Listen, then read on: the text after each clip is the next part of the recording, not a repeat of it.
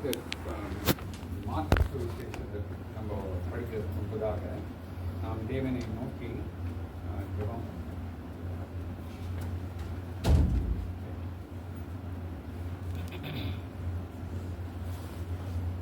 எங்களை நேசிக்கிற பரிசுத்தமுள்ள தகப்பனே இந்த நேரத்துக்காக நன்றி சொல்கிறோம்.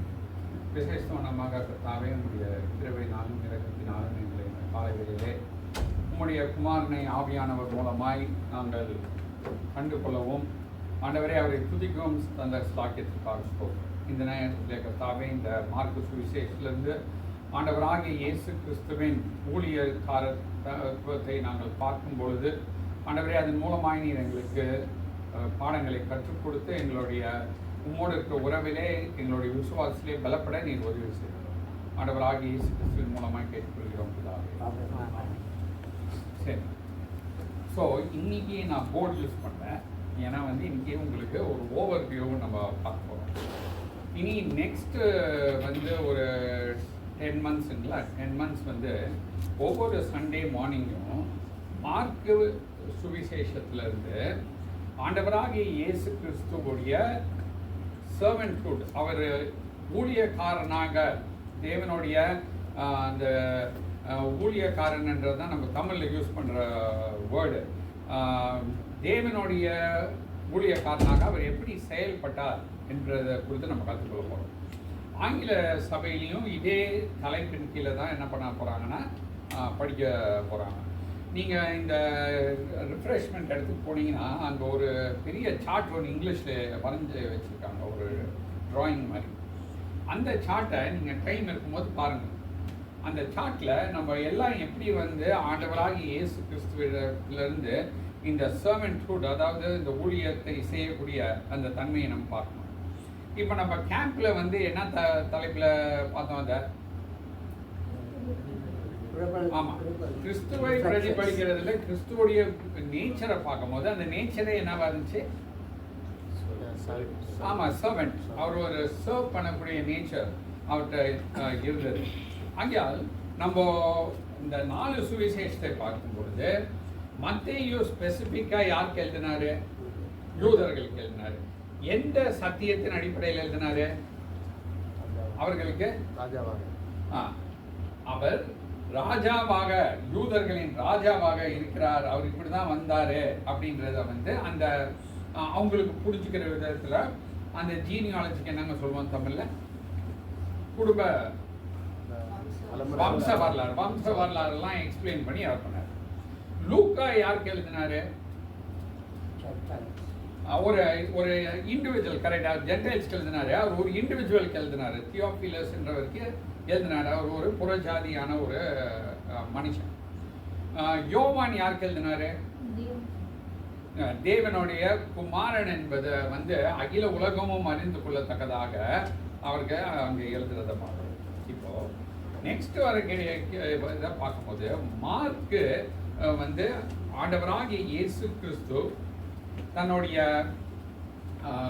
வருகையிலே அவர் ஒரு சர்வெண்டாக இருந்தார், தேவனுடைய சர்வெண்டாக இருந்தார். அப்போ இதில் நம்ம ரொம்ப கிளியராக இருக்கணும்.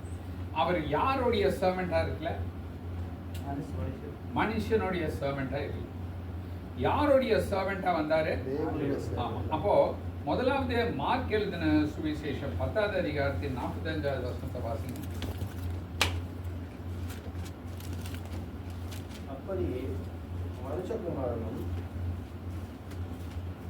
அப்படியே மனுஷகுமாரனும் ஊழியம் கொள்ளும்படி வராமல் ஊழியம் செய்யவும் அநேகரை மீட்கும் பொருளாக தம்முடைய ஜீவனை கொடுக்கவும் வந்தார் என்றார். அப்போ இந்த வசனத்தை வாசிக்கும் போது அவர் எந்த பர்பஸ்க்காக வந்தார்ன்றது சொல்லி இந்த வசனம் காட்டுது.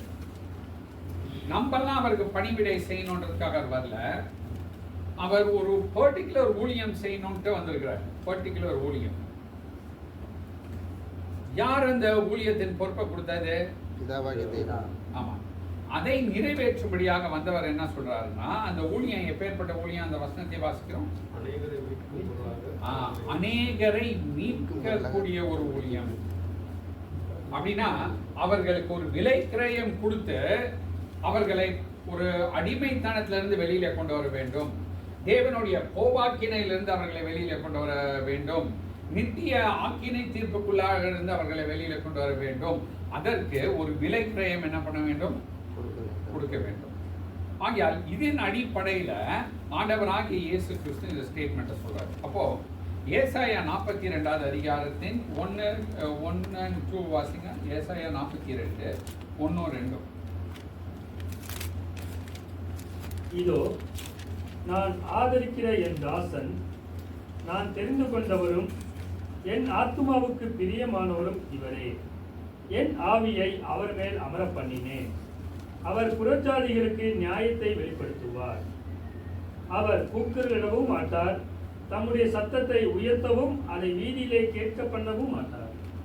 இங்கே நம்ம பார்க்கும் பொழுது இந்த ஏசாயா 42வது அதிகாரத்துல ஆண்டவர் ஏசாயா தீர்க்கதரிசிக்கு தன்னுடைய குமாரனாகிய கிறிஸ்துவை குறித்து என்ன தீர்க்க தரிசனம் கொடுத்தாரு?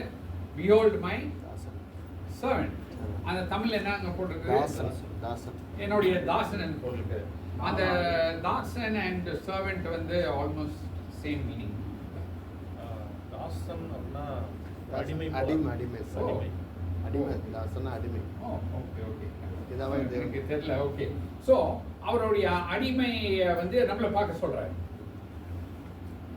எல்லாரையும் அவருடைய அடிமையை பார்க்க சொல்றாரு. அவர் அடிமை எப்பேற்பட்டவராக இருக்கிறார் போது அவரால் பிதாவானவரால் தேர்ந்தெடுக்கப்பட்டவராக இருக்கிறாரு. அவருடைய ஆத்துமத்தை பார்க்கும் பொழுது பிதாவானவருக்கு என்ன வருது? சந்தோஷம் வருகிறது. ஏன்னா அவர் ஒருத்தர் தான் என்ன இல்லாதவர்? பாவம் இல்லாதவர். அவர் நீதியாய் இருக்கக்கூடியவர். அவர் நீதிபரர். அப்போ அவரை நோக்கி பாருங்கன்னு சொல்றாரு. பார்க்கும் போது நீங்க என்ன பார்ப்பீங்கன்னு சொல்றாரு இந்த வசனத்துல? என்னுடைய ஆவியை அவர் மேல நான் என்ன பண்ணிருக்கேன்? அமர பண்ணி இருக்கிறேன். அதனால அவர் என்ன கொண்டு வர்றாருன்னு சொல்றாரு? புறஜாதிகளுக்கு நியாயத்தை வெளிப்படுத்துவார். ஆங்கிலத்தில் எப்படி போட்டிருக்குது? He will bring forth justice to the Gentiles. இதை யார் எழுதுறாரு? ஏசாயா யூதர்களுக்கு எழுதுறாரு. இது ரொம்ப இம்பார்ட்டன்டாக நம்ம நோட் பண்ணணும். யூதர்களுக்கு எழுதுறாரு. தேவன் டெக்னிக்கலா யாருக்கு கொண்டு வரணும் ஜஸ்டிஸ? யூதர்களுக்கு, இஸ்ரவேல் ஜனங்கள் கொண்டு வர. நீங்க சொல்றாரு புற ஜாதிகளுக்கு நான் கொண்டு வர போகிறேன் என்று சொல்றாரு. அப்போ ஆண்டவராகிய இயேசு கிறிஸ்து தாசனாக ஒரு அடிமையாக வரும் பொழுது அவருடைய குணாதிசயம் எப்படி இருக்கும்னு சொல்லிட்டு 2வது வசனத்துல நம்ம வாசிக்கிறோம். அவர் என்ன பண்ண மாட்டார்? He will not cry out nor raise his voice nor cause his voice to be heard in the street. அவருடைய சாந்த குணத்தை குறித்து இந்த வசனங்கள் நமக்கு என்ன பண்ணுது? தெளிவுபடுத்தி காட்டுது. அப்போ மார்க் என்ன பண்றாருன்னா இப்பேற்பட்ட தாசனை குறித்து, இப்பேற்பட்ட தேவனுடைய ஊழியக்காரனை குறித்து நமக்கு இந்த மார்க் சுவிசேஷத்துல எழுதுறாரு. அப்போ யெகோவாவுடைய தாசன் அவர், யெகோவாவுடைய சர்வெண்ட், நாட் மேன்ஸ் சர்வெண்ட். இப்போ நம்ம அதோடைய டீட்டெயிலுக்குள்ள போறதுக்கு முன்னாடி நான் நினைக்கிறேன் ரொம்ப நேரம் என்னால் மெசேஜ் இருக்க முடியாது. நம்ம சீக்கிரமா முடிச்சிட்டோம்னா சீக்கிரமா முடிச்சிடலாம். இதை எழுதினவரை பத்தி கொஞ்சம் நம்ம பார்க்கணும். மார்க் அவரை பத்தி நம்ம கொஞ்சம் தெரிஞ்சுக்கிறது இம்பார்ட்டன்ட். நம்பர் 1, அவர் ஒரு யூதரா இருந்தாரு. ஆனா அவர் யாரா இருக்கல? ஒரு அப்போஸ்தலனாக இருக்கவில்லை. அவர் ஆண்டவராகிய இயேசு கிறிஸ்து தனியா அவருடைய சீஷராக என்ன பண்ணல? அவரை அழைக்கல. அந்த 12 பேர்ல அவர் ஒருத்தர் இல்ல. அப்போ இவரை குறித்து நம்ம முதலாக அறிமுகப்படுகிறது எங்கன்னா அப்போஸ்தலர் நடவடிக்கை 12வது அதிகாரத்தின் 12வது வசனத்தை வாசிங்க. அவன் இப்படி நிச்சயித்து கொண்டு மார்க் என்னும் பேர் கொண்ட யோவானுடைய தாயாகிய மரியாள் வீட்டுக்கு வந்தான். அங்கே அநேகர் கூடி ஜெபம் பண்ணி கொண்டிருந்தார்கள். அப்போ இதுல இருந்து நமக்கு என்ன தெரியுதுன்னா, இந்த மார்க்கு உடைய வீடு ஒரு சபை கூடி வரக்கூடிய ஒரு இடமாக இருக்கிறது, புதிய ஏற்பாடு. அப்போ யாருடைய தாயின்னு சொல்றாங்க? யோவானாகிய மார்க்குடைய தாய். அப்படின்னா யோவான் என்றவர் தான் கொஞ்சம் நோன் பர்சன் இருந்திருக்காரு மார்க். எப்போ? அந்த வயசுலயே. அங்க யார் வந்தா? பேதுரு வராரு. பேதுரு சிறைச்சாலையில போட்டுறாங்க. ஆண்டவர் அவரை விடுவிக்கிறாரு. அவர் இங்க வராரு. இங்க என்ன நடந்து கொண்டிருக்குது? ஜெபம் பண்ண சொல்றது. அப்ப இதுல இருந்து நம்ம என்ன தெரிஞ்சுக்கிறோம்னா அவர்கள் வீடு ரட்சிக்கப்பட்ட ஒரு வீடு. ஸோ அவர் ரட்சிப்புக்குள்ளாக வந்தது தெரிய வருது. அடுத்ததாக பார்க்கும்போது ஆவியானவர் வந்து இவங்களை பவுலையும் பர்னபாவையும் அனுப்புறார் ஊழியருக்கு. அனுப்பும் போது என்ன நடக்குதுன்னு பார்த்தீங்கன்னா அப்போஸ்தலர் 12வது அதிகாரத்தின் 25வது வசனத்தை வாசிங்க. பர்னபாவும் சவுலும் ஆக்ட்ஸ் 12:25. பர்னபாவும் சவுலும் தர்ம ஊழியத்தை நிறைவேற்றின பின்பு மார்க் என்னும் மறுபேறு கொண்ட யோவானை கூட்டிக் கொண்டு எருசலேமை விட்டு திரும்பி வந்தார்கள்.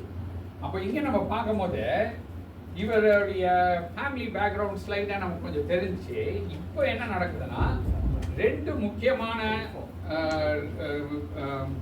தேவ தாசர்கள், ஒருத்தர் வந்து பர்னபா, இன்னொருத்தர் வந்து பவுலப்போஸ்தலன்.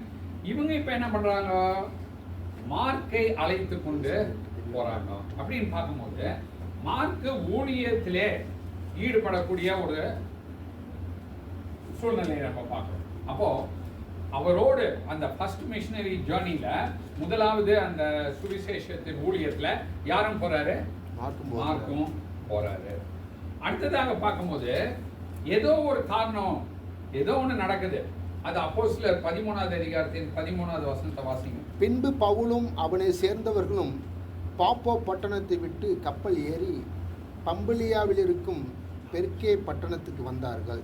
யோவான் அவர்களை விட்டு பிரிந்து எருசலேமுக்கு திரும்பி போனான். இப்போ என்ன ரீசன் நமக்கு தெரியாது, என்ன காரணம்னு தெரியாது. ஆனா இவர் என்ன பண்ணிடுறாரு, மார்க்கு இதுக்கு மேல உங்களோட ஜேர்னி பண்ண முடியாதுன்னு ஏதோ ஒரு காரணத்தினால பின்வாங்கி அவர் திரும்பி போயிடுறாரு. பின்வாங்கி போறாரோட திரும்பி போயிடுறாரு. எதுல இருந்து திரும்பி போறாரு, அந்த சுவிசேஷம் அறிவிக்கிறதுல இருந்து, விசுவாசத்துல இருந்து அவர் திரும்பி போல. சுவிசேஷம் அறிவிக்கிறதுல இருந்து அவர் என்ன பண்றாரு, திரும்பி எங்க போயிடுறாரு, எருசலேம்ல தான் அவர் வீடு. அதனால அவர் அங்க திரும்பி அங்க போறத நம்ம பார்க்கிறோம். இதனால வந்து அவங்க இது வந்து நடைபெற்று இருக்க இடத்துல ரெண்டாவது மிஷனரி ஜேர்னிக்கு போகும்போது அப்போஸ்தலர் 15வது அதிகாரம் 36 to 40 நம்ம வாசிக்கும் போது, நம்ம வாசிக்க வேண்டாம், அந்த பகுதிக்கு வரும்போது அங்க என்ன நடக்குது, பவுலப்போஸ்தலனும் பர்னபாவும் நம்ம திரும்பி போய் நம்ம எங்கெல்லாம் ஊழியம் செஞ்சோமோ அவங்களெல்லாம் என்ன பண்ணலாம், விசிட் பண்ணி அவங்களெல்லாம் என்கரேஜ் பண்ணலாம் அப்படின்னு சொல்லிட்டு இருக்கும்போது அவங்க நேச்சுரலாக வந்து யாராச்சும் ஒருத்தர் கூட கூட்டிட்டு போவாங்க, வாலிபர்களை கூட கூட்டிட்டு போவாங்க. அப்போ இங்கே வந்து பர்னபா யாரை ரெக்கமெண்ட் பண்ணுறாரு, ஆமாம், பவுலப்போஸ்தலன் என்ன சொல்கிறாரு, ஆமாம், ஏன்னா பாதியில் இவர் வந்துட்டு போனதுனால அவருடைய கமிட்மெண்ட் அங்கே இல்லாததுனால அவர் என்ன சொல்கிறாருன்னா டோன்ட் பிரிங் இட். அப்போ என்ன ஆகுதுன்னா வந்து பர்னபாக்கும் பவுலுக்கும் இதனால மனஸ்தாபம், வாக்குவாதம் பண்ணிட்டு கடைசியில் எப்படி பிரிஞ்சு போனாங்க, பர்னபா மார்க்கை கூப்பிட்டு போனாரு, பவுல் வந்து சைலஸை கூப்பிட்டு. ஸோ இப்படி அவர்கள் அங்கே பிரிந்து போகக்கூடிய ஒரு சூழ்நிலையை நம்ம பார்க்கிறோம். ஆனால் ஒரு காலகட்டத்தில் அது எப்போ நமக்கு ஆவியானவர் அதை வந்து எக்ஸ்பிளைன் பண்ணல. ஆனால் யாரும் ஒப்புரவாயிருக்காங்க, பவுலும் மார்க்கும், அவர் மார்க்கும் பவுலும் ஒப்புரவாயிருக்காங்க. அது எப்படி தெரியுதுன்னா வந்து கொலோசியர் 4வது அதிகாரத்தின் 10வது வசனத்தை வாசிங்க.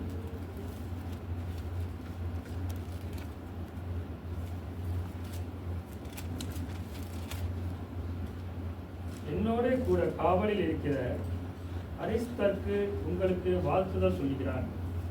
பர்னபாவுக்கு இனத்தானாகிய மார்க்கும் வாழ்த்துதல் சொல்கிறான். இவனை குறித்து கட்டளை பெற்றில்லை. இவன் உங்களிடத்தில் வந்தால் இவனை அங்கீகரித்துக் கொள்ளுங்கள். பார்த்தீங்கன்னா இது வந்து கம்ப்ளீட்லி டிஃப்ரெண்ட் டோன். அப்போஸ்தலர் 15ல் நடந்த அந்த பிரச்சனைக்கும் இதுக்கும் இடையில பவுலும் பர்னபாவும் ஒப்புரவாயிருக்கிறதுனால தான் இன்னாருடைய கசன்னு சொல்லி எழுதுறார். யாருடைய கசன், பர்னபாவுடைய இனத்தான்னு சொல்லி அங்கே எழுதுறார். ஸோ தட் பீப்புள் வந்து இவங்களுக்குள்ள தானே பிரச்சனையாகி இவங்க இப்படி பிரிஞ்சுட்டு போனாங்க அப்படின்ற அந்த இதை வந்து அங்கே க்ளோஸ் பண்ணுறாரு பால். அடுத்தது என்ன சொல்றாரு, இவரை வந்தா நீங்க என்ன பண்ணுங்க, அப்படின்னா தேவனுடைய ஊழியனை என்ன பண்ணுங்க, ஏற்றுக்கொள்ளணுன்றத அவங்களுக்கு கிளியரா சொல்றாரு. 2 தீமோத்தி 4:11 வாசிங்க.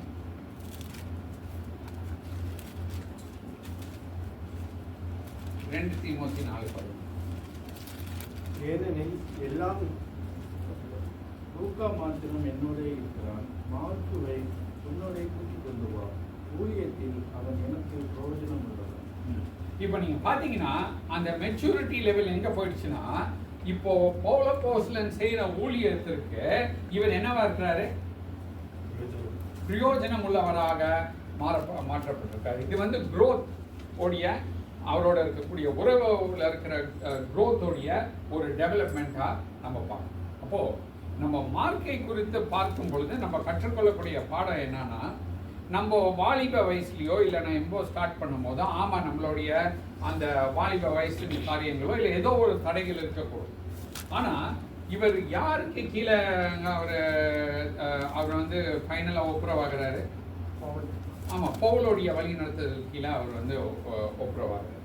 அப்போது நான் மார்க்கை பற்றி நம்ம ஸ்டார்ட்டாக பார்த்தோம். இப்போது எந்த காலகட்டத்தில் இது எழுதினாரு அப்படின்னு சொல்லி பார்க்கும்போது, இந்த வேத இந்த பண்டிட்ஸ் அதை படித்தவங்க இருக்காங்களா, அவங்க டிஃப்ரெண்ட் டைம் லைன் சொல்கிறாங்க. ஒருத்தர் குரூப் வந்து 50வது AD to 60வது ADக்குள்ளே எழுதியிருக்க கூடன்றாங்க. ஒரு சிலவங்க வந்து 63வது AD எழுதியிருக்கணுன்றாங்க. ஒரு சிலவங்க வந்து 70வது ADக்கு முன்னாடி எழுதியிருக்கணும் அப்படின்றாங்க. ஆனால் மார்க்கோ மத்தேயோ நிறைய பேர் என்ன சொல்கிறாங்கன்னா, மார்க்கு தான் முதலாவது எழுதப்பட்ட சுவிசேஷம் அப்படின்னு சொல்கிறாங்க. ஒரு சிலவங்க மத்தேயு தான் முதல் எழுதப்பட்டது, மார்க்கு மத்தேயுன்னு. பட் என்ன நமக்கு தெரியும்னா வந்து மார்க்கு இந்த சுவிசேஷத்தை ஒன் ஆஃப் த முதலாவது எழுதின ஒரு சுவிசேஷமாக இருக்கிறது. அடுத்தது நம்ம பார்க்கும்போது வந்து இந்த மார்க் வந்து ஆண்டவராக இயேசு கிறிஸ்து கூட இல்லைன்னா அவர் வந்து எங்கிருந்து ஆண்டவராக இயேசு கிறிஸ்துவின் வாழ்க்கையை குறித்து கற்றிருக்க முடியும் அப்படின்ற ஒரு கேள்வி வருது. ஒன்று ஆவியானவர் வெளிப்படுத்துவார். தேவ வசனம் எல்லாம் ஆவியானவருடைய வெளிப்படுத்தினால்தான் தான் எழுதப்படுகிறது. அது மட்டும் இல்லாமல் தேவன் வந்து யார் மூலமாக இதை வெளிப்படுத்தியிருப்பார் என்று சொல்லி நம்ம வாசிக்கும் போது 1 பேதுரு 5வது அதிகாரத்தின் 13வது வசனத்தை வாசிக்கிறோம். 1 பேதுரு 5:13. உங்களுடனே கூட தெரிந்து கொள்ளப்பட்டிருக்கிற பாப்பிலோனில் உள்ள சபையும் என் குமாரனாகிய மார்க்கு உங்களுக்கு வாழ்த்துதல் சொல்லுகிறார்கள். இப்போ நீங்கள் பார்த்தீங்கன்னா பேதுரு வந்து ஒரு பர்டிகுலர் சபையை பற்றி சொல்கிறாருங்க. அங்கே இருக்கிற ஒரு பர்டிகுலர் ஆளை பற்றி சொல்கிறாரு. அப்போது இந்த ஆள் லீடர்ஷிப்பில் இல்லைன்னா அவரை என்ன பண்ண முடியாது? இன்ட்ரடியூஸ் பண்ண முடியாது. ஸோ இங்கே பார்க்கும்போது பேதுரு என்ன உறவில் சொல்கிறாரு? என்னுடைய குமாரன் ஆகிய அப்படின்னு சொல்றாரு. அப்போ நம்ம என்ன தெரிஞ்சுக்கிறோம்னா, இந்த ஒரு ஆவிக்குரிய தந்தையா யார் இருந்திருக்கா? பேதுரு இருந்திருக்காரு. யாருக்கு? மார்க்குக்கு. ஆகியால் வேத இந்த பைபிள் படிச்சவங்க என்ன சொல்றாங்கன்னா, அந்த ஸ்காலர்ஸ் பேதுரு வந்து அந்த ரோமன்ஸ் மத்தியிலலாம் போய் அவர் சுவிசேஷம் அறிவிக்கும் போது அவர் கூட வந்து மார்க் சென்றதாகவும், அங்கே பேதுரு வந்து கொடுத்த அந்த மெசேஜஸ் செய்திகள்ல இருந்து எடுத்த சார அம்சங்களை மார்க் எழுதினதாகவும் நமக்கு வேத இந்த ஸ்காலர்ஸ் சொல்றாங்க. அப்போ நிறைய பேர் அதை எப்படி சொல்றாங்கன்னா, இது வந்து சைமன் பீட்டருடைய அக்கவுண்ட் ஆஃப் த காஸ்பல். சீமோன் பேதுரு தன்னை விளக்கினதை எடுத்து எழுதினது என்று சொல்லி சொல்றாங்க. அப்போ இது யாருக்கு எழுதப்பட்டது, எதற்காக எழுதப்பட்டதுன்றதை நம்ம பார்க்கணும். இப்போ நீங்க பார்த்தீங்கன்னா ஸ்பெசிஃபிக்காக மார்க் வந்து ரோமர்களுக்காக எழுதுறாரு. ரோமன்ஸ், ஜென்டைல்ஸ், ரோமன்ஸ்க்காக எழுதுறாரு. நீங்க இந்த ரோமர்களை பார்த்தீங்கன்னா அவங்க நூற்றாண்டு காலமாக வந்து இப்போ முதல் பாபிலோனிய ராஜ்யம் இருந்துச்சு, அப்புறம் மீடோ பர்ஷியன் ராஜ்யம் இருந்துச்சு, அப்புறம் கிரேக்க ராஜ்யம் இருந்துச்சு. எப்போ வந்து அந்த அலெக்சாண்டர் கிரேட் முடிஞ்சாரோ அப்போதுலேருந்து என்ன தாங்க இருந்துச்சு? ரோம ராஜ்யம் தான் இருந்துச்சு. அவங்க வந்து ஃபுல் வேர்ல்டையும் வந்து பயங்கர பிரில்லியண்டாக கண்ட்ரோல் பண்ணாங்க பை ஃபோர்ஸ். ஃபுல் வேர்ல்டு அவங்களும் இப்போ ஒரு எக்ஸாம்பிள் பார்த்தீங்கன்னா, அவங்க அந்த அரசாட்சி செய்கிறது எல்லாமே அவங்க தான் அரசாட்சி செய்வாங்க. சீசரால ட்ரெயின் பண்ணப்பட்டவங்க அவங்க வந்து அங்கே போயிட்டு இந்த ரோமன் சோல்ஜர்ஸை வச்சுட்டு எல்லாரையும் கட்டுப்பாட்டுக்குள்ளே வச்சுருப்பாங்க. அப்போது இந்த ஜனங்களுக்கு வந்து ஒரே ஒரு வழிமுறை தான் தெரியும், ஆதிக்க செலுத்தக்கூடிய வழிமுறை. டிக்டேட்டர்ன்னு சொல்லுவாங்க இல்லைங்களா, இந்த அதுக்கு சர்வாதிக்கம். சர்வாதிக்கம் செஞ்சு தான் இந்த ரோமர்கள் வந்து என்ன பண்ணாங்கன்னா மக்களை வந்து கட்டுப்பாட்டுக்குள்ள வச்சிருந்தாங்க. இந்த மக்களுக்கு தான் என்ன பண்றாருன்னா மார்க்கு எழுதுறாரு.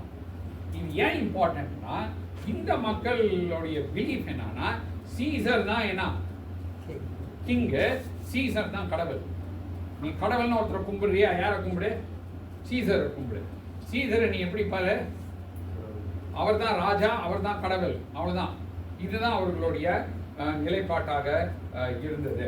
அப்போ இவங்களுக்கு அவர் என்ன நோக்கத்துக்காக எழுதினார்னு சொல்லி மார்க் 1ஆம் அதிகாரம் 1ஆவது வசனத்தை வாசித்தாலே அதுல நமக்கு அந்த நோக்கம் தெரியும்.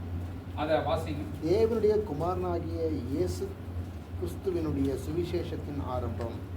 அப்போ நீங்க பாத்தீங்கன்னா ரோமர்களுக்கு எழுதும் போது ஒரு சுவிசேஷ செய்தியாக எழுதுறார், ஒரு நற்செய்தியாக எழுதுறார், அவர்கள் ரட்சிக்கப்படுவதற்கு ஏதுவாக எழுதுறார்.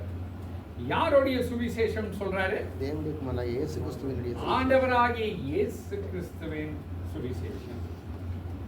இப்ப நீங்க பாத்தீங்கன்னா யாருக்குமே அந்த ரோமர்களுடைய அரசாட்சியில யாருமே வந்து விரும்பி நேசித்து அன்புல யாரு கீழே இருந்திருக்க மாட்டாங்க? சீசர் கீழே இருந்திருக்க மாட்டாங்க. ஏன்னா அவங்க அது போஸ்ட் டு ஒபே. அந்த ஜனங்களுக்கு இவர் எழுதுறாரு, இயேசு கிறிஸ்துவின் மூலமாக உங்களுக்கு இப்ப என்ன வருது? ஒரு நல்ல செய்தி வருது, ஒரு நற்செய்தி வருகிறது என்று சொல்லி அந்த நற்செய்தியை குறித்து அவர் எழுதுகிறார். அப்போ அந்த நோக்கம் வந்து காஸ்பல், அவர்களுக்கு சுவிசேஷம் அறிவிக்கப்பட வேண்டும் என்பது அவருடைய நோக்கமாக இருக்கிறது.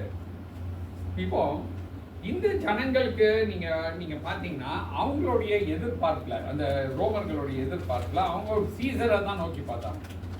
ஆனா இங்க மார்க் என்ன பண்றாரு? நீ இன்னொருத்தரை நோக்கி பார்க்கணும், இயேசு கிறிஸ்துவை நோக்கி பார்க்கணும் என்ற அந்த நோக்கத்துல இது எழுதக்கூடியதா இருக்குதுன்னு சொல்லி நம்ம வாசிக்கிறோம். அப்போ இந்த நிருபத்தை வாசிக்கும் போது ஆண்டவராகிய இயேசு கிறிஸ்து யெகோவாவுடைய தாசனாக எப்படி பாடுகள் பட்டார், அவருடைய இமோஷன்ஸ், அவருடைய பாடுகள், இதெல்லாம் வந்து விவரிச்சு எழுதுறாரு. முதலாவது வந்து மார்க்கு 1ஆவது அதிகாரம் 41வது வசனத்தை வாசிக்கும் போது அங்க ஆண்டவராகிய இயேசு கிறிஸ்துவுடைய ஒரு இமோஷன் அங்க சொல்லப்பட்டிருக்கிறது. அதை வாசிங்க. மார்க் 1:41. இயேசு மனதுருகி கையை நீட்டி அவனை தொட்டு எனக்கு சித்தம் உண்டு சுத்தமாகும் என்றார்.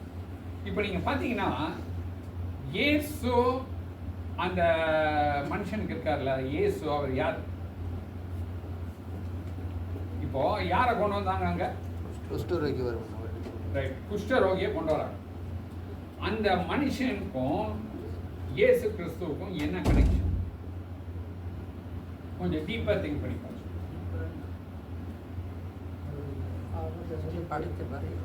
கரெக்ட்.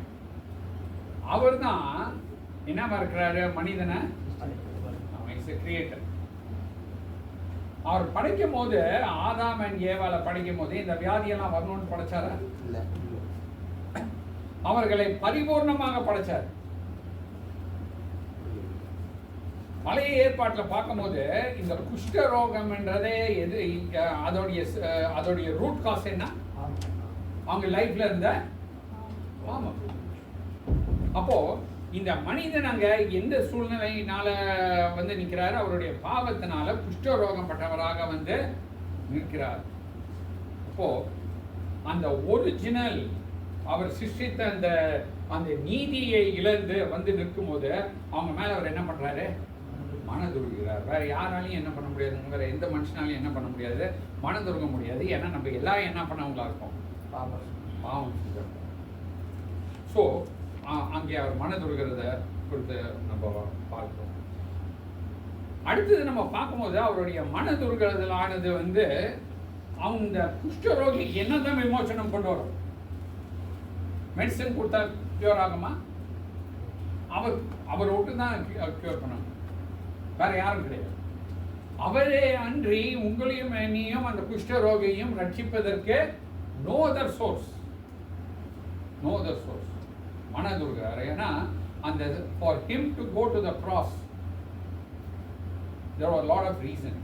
அநேக காரியங்கள் இருந்தது. அதில் இந்த மனதுருகளை நம்ம பார்க்குறோம், நம்மளை விடுவிக்கத்தக்கதாக. அடுத்ததாக 3வது அதிகாரத்தின் 5வது வசனத்தை வாசிங்க. மார்க் 3:5.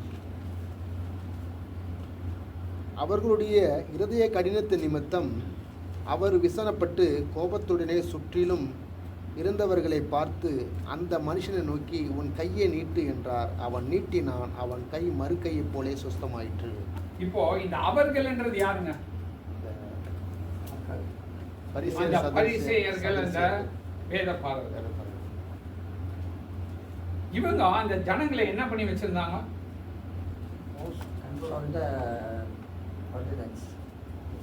அதாவது தேவனுடைய சத்தியத்தை எடுத்து அதை அவர்கள் வெளிப்படையாக அவர்கள் கண்ட்ரோல் பண்றவங்களாக இருந்தாங்க ஜனங்கள்.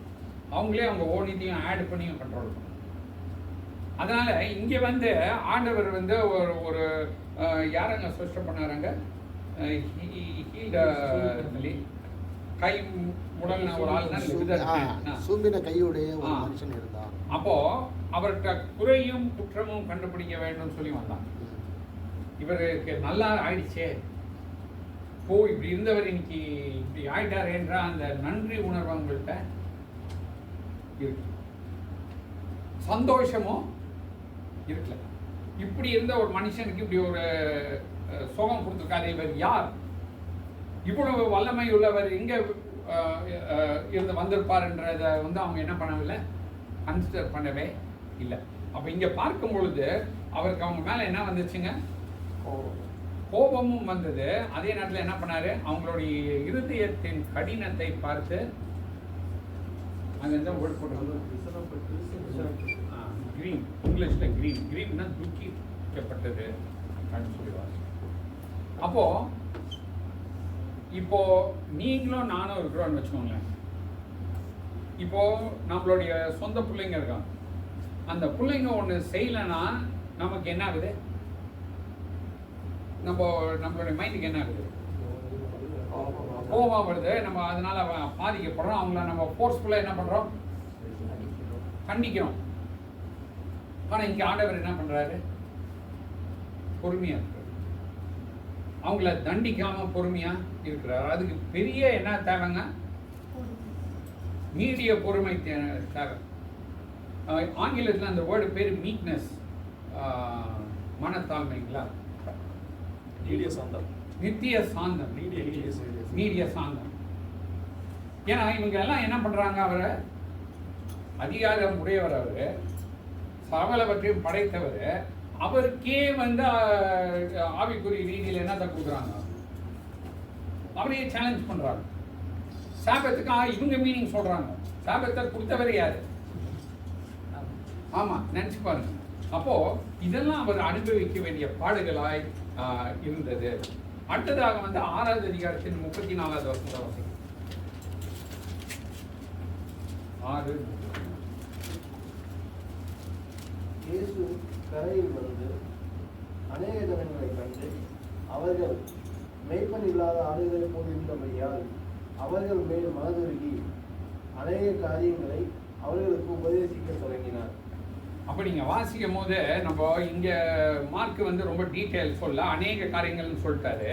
ஆனால் நீங்கள் வாசிக்கும் போது யோவான் 10வது அதிகாரத்தில் சொல்கிறாரு, ஒரு நல்ல மெய்ப்பெண் நான் அப்படின்றத அந்த ஷெப்பர்ட் கம்யூனிட்டி இருக்கிற பீப்புள்கிட்ட, அந்த ஷெப்பர்ட்னா என்னன்னு தெரிஞ்ச அந்த யூதர்கள்ட்ட சொல்கிறார், நானே நல்ல மெய்ப்பெண். அப்போ நீங்கள் பார்க்கும்போது அதை மனதுருக்கி செய்கிறார். நம்ம தேவனுடைய கோபாக்கினை கீழே வந்துடக்கூடாது, நம்ம சரியான வழிகாட்டியாக கொண்டு போகப்பட வேண்டும் என்ற அந்த மனதுருக்கத்தை அவர் என்ன பண்றாரு?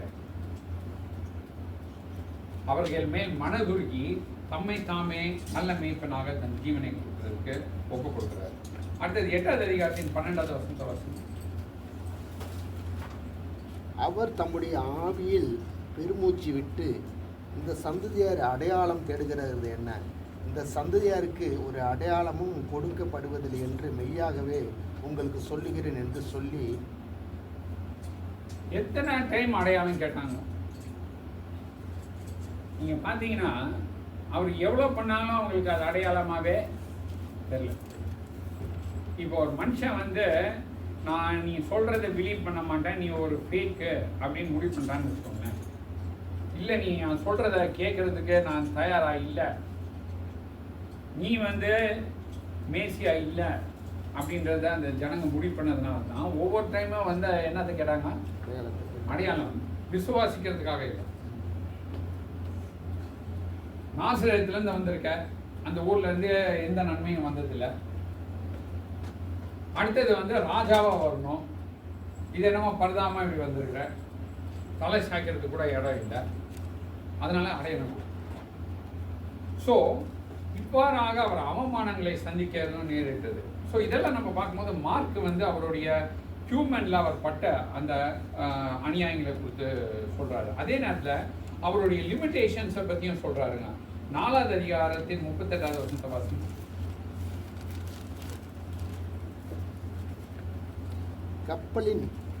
கப்பலின் பின்னணியிலே அவர் தலையணையை வைத்து நித்திரையாக இருந்தார். அவர்கள் அவரை எழுப்பி, போதகரே, நாங்கள் மடிந்து போகிறது உமக்கு கவலை இல்லையா என்றார்கள். பார்த்தீங்கன்னா அவர் டயர்டாக இருக்கிறார். அவரும் நம்மளை போல என்ன பண்ண வேண்டியதாக இருக்குது? தூங்க வேண்டியதாக இருக்குது. அடுத்தது வந்து இந்த 11வது அதிகாரத்தின் 12 வாசம். மார்க் 11. மறுநாளிலே அவர்கள் பெத்தானியாவில் இருந்து புறப்பட்டு வருகையில் அவருக்கு பசி உண்டாயிற்று. நம்மளை போல வந்து அவருக்கும் வந்து பசி இருக்கக்கூடியதாக இருக்குது. அடுத்தது 13வது அதிகாரத்தின் 32வது வசனம். அந்த நாளையும் அந்த நாளிலேயும் பிதா ஒருவர் தவிர மற்றொருவரும் அறியான், பரலோகத்தில் உள்ள தூதர்களும் அறியார்கள், குமாரனும் அறியார். இப்போ பார்த்தீங்கன்னா ஒரே ஒரு இன்ஃபர்மேஷன் பிதா மட்டும் லிமிட்டடாக வச்சிருக்காரு. குமாரனுக்கும் அது வெளிப்படுத்தப்படவில்லை, தூதர்களுக்கும் வெளிப்படுத்தப்படவில்லை. பூமியில் அவர் மனித குமாரனாக இருந்தபோது அவருக்கும் அது வெளிப்படுத்தவில்லை. ஸோ இதெல்லாம் பார்க்கும்போது நம்மை மீட்டெடுக்க வந்தவர் என்னத்தெல்லாம் விட்டுட்டு வந்திருக்கிறாருன்றது இது நமக்கு என்ன பண்ணுது? வெளிப்படுத்தி காட்டிக்கிறது. ஆகையால் இந்த மார்க் சுவிசேஷத்தை நம்ம படிக்கும் போது இந்த மாதிரி ஒரு பிரேக் டவுனில் நம்ம படிப்போம். அதாவது வந்து முதலாவது வந்து மார்க் என்ன பண்ணுறாருன்னா வந்து ஆண்டவராகிய இயேசு கிறிஸ்துவ சர்வெண்டா, யெகோவாவுடைய சர்வெண்டா 1வது அதிகாரம் 1லேருந்து 8 வரைக்கும் காட்டுறாரு. அடுத்தது வந்து 1வது அதிகாரம் 9லேருந்து 11 வரைக்கும் பிதாவாகிய தேவன் எப்படி உலகத்திற்கு அவரை வந்து அந்த யூதர்களுக்கு ஸ்பெசிஃபிக்காக எப்படி வந்து அவருடைய தாசன் என்பதை காட்டுறாருன்னு சொல்லிட்டு ஐடென்டிஃபை பண்ணி காட்டுறாரு. அடுத்ததாக அவருடைய ஊழியத்தை துவங்கத்தக்கதாக அவருடைய இந்த சாப்டர் 1 12 to 13 வரைக்கும் நம்ம அதை பார்ப்போம். அடுத்ததாக நம்ம பார்க்கும்போது வந்து அந்த ஊழியக்காரனுடைய வார்த்தைகளும் செயல்களும் வார்த்தைகளும் அதில் நீங்கள் பார்த்தீங்கன்னா அவருடைய மிராக்கிள்ஸை 3ஆக பிரித்து பார்க்கலாம். ஒன்று வந்து ஃபிசிக்கல், சரீர பிரகாரமானது. இன்னொன்று வந்து நேச்சர் சம்பந்தமானது. ஒரு உதாரணத்துக்கு கடலை அமைதிப்படுத்தினது. அடுத்ததாக பார்க்கும்போது பிசாசுகளை துரத்தக்கூடியது. இது 3 கீழே அந்த மிராக்கிள்ஸை பிரித்து பார்க்கலாம். அதே மாதிரி வந்து அவருடைய ஓமைகள், அவங்களுக்கு புரிஞ்சுக்கிறதுக்கு நிறைய சத்தியங்களை எப்படி கொடுத்தாரு? ஓமைகளாக கொடுத்தாரு. அடுத்தது நிறைய சத்தியங்களை போதித்தார், டீச்சிங்ஸ் கொடுத்தாரு. இதெல்லாம் வந்து மற்ற சாப்டர்ஸில் வாசிப்போம். ஃபைனலாக வந்து சாப்டர் 14 to 16 கடைசி வரைக்கும் அவருடைய மரணம், அடக்கம், உயிர்த்தெழுதல் இதை வந்து அவர் ப்ரெசென்ட் பண்ணுறாரு. ஸோ தட் பீப்புளுக்கு அதை ரீட் பண்ணும்போது வந்து கிளியராக போகுது. இதில் என்ன ஒரு டிஃப்ரென்ஸ்னால் மார்க் வந்து லூக்கா மாதிரியோ இல்லை மேத்யூ மாதிரியோ ரொம்ப டீட்டெயிலாக கொடுக்குறதில்ல, ஷார்ட்டாக கொடுக்குறாரு. ஏன்னா இந்த ரோமர்களுக்கு வந்து அவங்களுக்கு அந்த அவங்க ஆக்ஷன் ஓரியன்டாக அவங்க தெரிஞ்சுக்கணுன்ற அளவுக்கு கொடுக்குறாரு. ஆகையால் நம்ம என்ன பண்ணுவோம்னா நெக்ஸ்ட் 2 வீக்ஸ்க்கு வந்து நம்ம ஒரு மெத்தட் யூஸ் பண்ணோம் இல்லைங்களா, எப்படியும் வந்து ஒரு பக்கம் வந்து நம்ம இந்த அவருடைய அந்த பைபிள் ஹிஸ்ட்ரிக்குள்ளே போய் என்ன சொல்ல வந்தார், நம்ம என்ன சத்தியங்கள் இதுலேருந்து கேட்டுட்டு வாழ்கிறோன்றதை பற்றி நெக்ஸ்ட் வீக்கில் 2 வீக்ஸ் நான் நடத்தினேன். இதுக்கிடையில் உங்களுக்கு ஒரு பெரிய ரிக்வெஸ்ட், உங்களுக்கு எல்லாம் என்ன கொடுக்கப்பட்டிருக்குதுன்னா ஸ்கெடியூல் போட்டு கொடுக்கப்பட்டிருக்கு. நீங்கள் வந்து இப்போத்துலேருந்தே ஜெபம் பண்ணி என்ன பண்ணுங்க, அதுக்கு ஆயத்தம் பண்ணுங்க. உங்களுக்கு வந்து அது எனக்கு கோர்வையான வசனங்க எனக்கு தெரியல, இது என்னாச்சும் புரியலன்னா 2 பேர் ரமேஷ் அண்ட் தினேஷ் இவங்க 2 பேர்த்தையும் நீங்கள் என்ன பண்ணுங்க, பேசுங்க. அவங்களும் உங்கள்கிட்ட பேசுவாங்க. அவங்க வந்து அந்த வசனங்கள்லாம் உங்களுக்கு கண்டுபிடிக்க முடியலன்னா அவங்க எடுத்து கொடுப்பாங்க. சரிங்களா? ஸோ இப்போ தந்து அதுக்கு நீங்கள் என்ன பண்ணுங்கள், ஆயத்தம் பண்ணுங்கள். அதில் ஏதாச்சும் உங்களுக்கு டவுட் இருந்துச்சுன்னா தயவுசெய்து என்ன பண்ணுங்கள், அவங்கள கேளுங்க. ஸோ நம்ம வந்து அந்த ரிசோர்ஸ் நம்ம கொடுப்போம். அப்போ இது என்ன ஆகுனா வந்து ஆவியானவர் உங்களை இங்கே ஆயத்தம் பண்ணி கொண்டு வந்து தேவனுடைய சத்தியத்தை எல்லாரும் புரிந்து கொள்ளும்படியாக என்ன பண்ணுவார், எக்ஸ்பிளைன் பண்ணுறதுக்கு உதவி செய்வார். சரி, நம்ம ஜெபம் பண்ணலாங்களா? அப்படி இந்த நாளிலே நீர் எங்களுக்கு பாராட்டின கிருபைக்காக ஸ்தோத்திரம். எங்களுக்கு நீர் மார்க்கு சுவிசேஷத்தை தந்து கர்த்தாவே ஆண்டவராகிய இயேசு கிறிஸ்து ஒரு சஃபரிங் சர்வெண்டாக, உம்முடைய சர்வெண்டாக எங்களுடைய மீட்பை உண்டு பண்ணும் பொருட்டு, எங்களுடைய ரட்சிப்பை உண்டு பண்ணும் பொருட்டு இந்த பூமியிலே அவர் செய்து முடித்த சகலவற்றையும் நாங்கள் எண்ணி நாம் போற்றுகிறோம். ஆண்டவரே, இன்றைக்கு அவர் எல்லா நாமத்திற்கும் மேலான நாமத்திலே உயர்த்தப்பட்டு ஆண்டவரே எங்களுடைய ரட்சகராக, எங்களுடைய ராஜாதி ராஜாவாக, கர்த்தாதி கர்த்தாவாக அவர் எங்களுடைய ஜீவியத்தை இருக்கிற தயவுக்காகவும் ஆண்டவரே ஒரு நாளிலே அவர் இந்த பூமியை நீதியினால் அரசால போற தயவுக்காகவும் நான் நன்றி சொல்கிறோம். ஆகிய ஆண்டவரே இந்த வரக்கூடிய நாட்களிலே மார்க்கிலிருந்து நீர் எங்களுக்கு போதிக்கிற சத்தியங்களை நாங்கள் அறிந்து கொள்ளும் பொழுது ஆவியானவர் மூலமாய் எங்களுடைய ஆத்மத்தை நீர் உற்சாகப்படுத்தி அவர் மூலமாய் நீர் எங்களை வழிநடத்தி இந்த ஆவிக்குரிய ஆகாரமானது எங்களை உண்மை அறிகிற அறிவிலே விசுவாசத்திலே பலப்படுத்த நீர் உதவி செய்யுமாறு நாங்கள் மடையிலே இதை கேட்டுக்கொள்கிறோம். பேசக்கூடிய ஆயத்தம் பண்ணக்கூடிய ஒவ்வொரு உங்களுடைய பிள்ளைக்காக ஜெபிக்கிறோம். ஆண்டவரே, ஆவியானவருடைய வல்லமையினால் நீர் நிரப்பி அவர்களை ஆயத்தப்படுத்தி கேட்கக்கூடிய எங்களுக்கு ஆவியானவர் மூலமாய் உணர்வுகளை தந்து கர்த்தாவே ஆண்டவரே அதை புரிந்து கொள்ளக்கூடிய அந்த பக்குவத்தை தந்து அதை நடைமுறைக்கூடிய மெச்சூரிட்டியை தரத்தலான ஜெபிக்கிறோம்.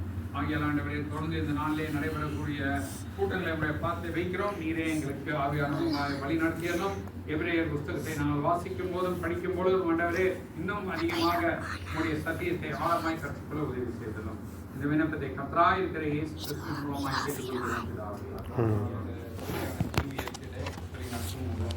ஆண்டவராய் இயேசு கிறிஸ்துவின் மூலம் கேட்டுக்கொள்கிறோம் பிதாவே.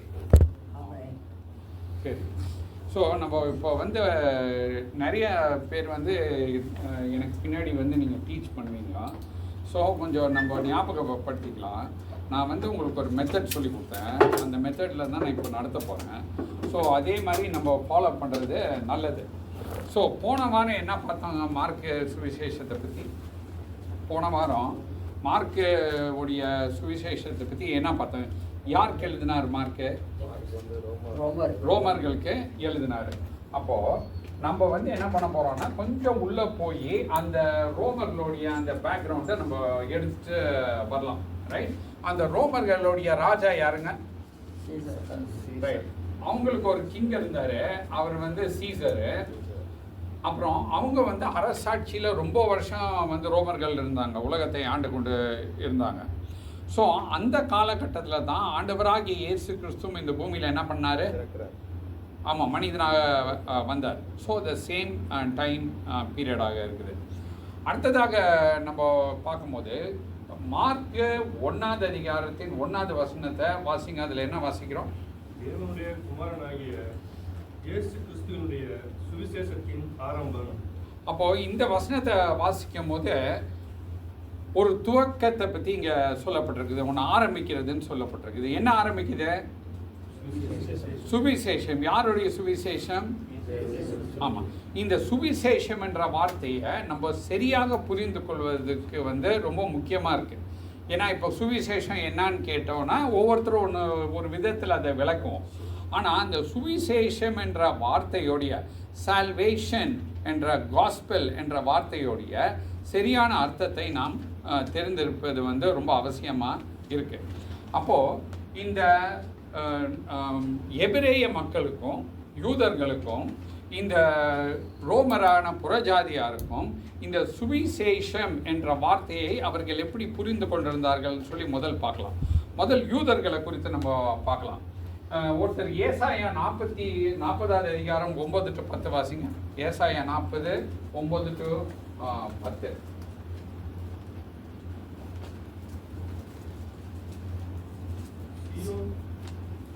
சீயோன் என்னும் சுவிசேஷியாகிய நீ உயர்ந்த பர்வதத்தில் ஏறு. எருசலேம் என்னும் சுவிசேஷகியை நீ உரத்த சத்தமிட்டு கூப்பிடு. பயப்படாமல் சத்தமிட்டு யூதா பட்டணங்களை நோக்கி, இதோ உங்கள் தேவன் என்று கூறு. இதோ கர்த்தராகிய ஆண்டவர் பராக்கிரமசாலியாக வருவார். அவர் தமது புயத்தினால் அரசாளுவார். இதோ அவர் அளிக்கும் பலன் அவரோடே கூட வருகிறது. அவர் கொடுக்கும் பிரதிபலன் அவருடைய முகத்துக்கு முன்பாக செல்லுகிறது. இதை வாசிக்கும் போது நீங்கள் வந்து நான் நினைக்கிறேன் ராங்கான ரெஃபரன்ஸ் போட்டிருப்பாங்க. அதாவது வந்து சுவிசேஷத்தின் பாதங்களை கொண்டு வர கொடுத்து போட்டிருக்கீங்களா அந்த வசனத்தில்?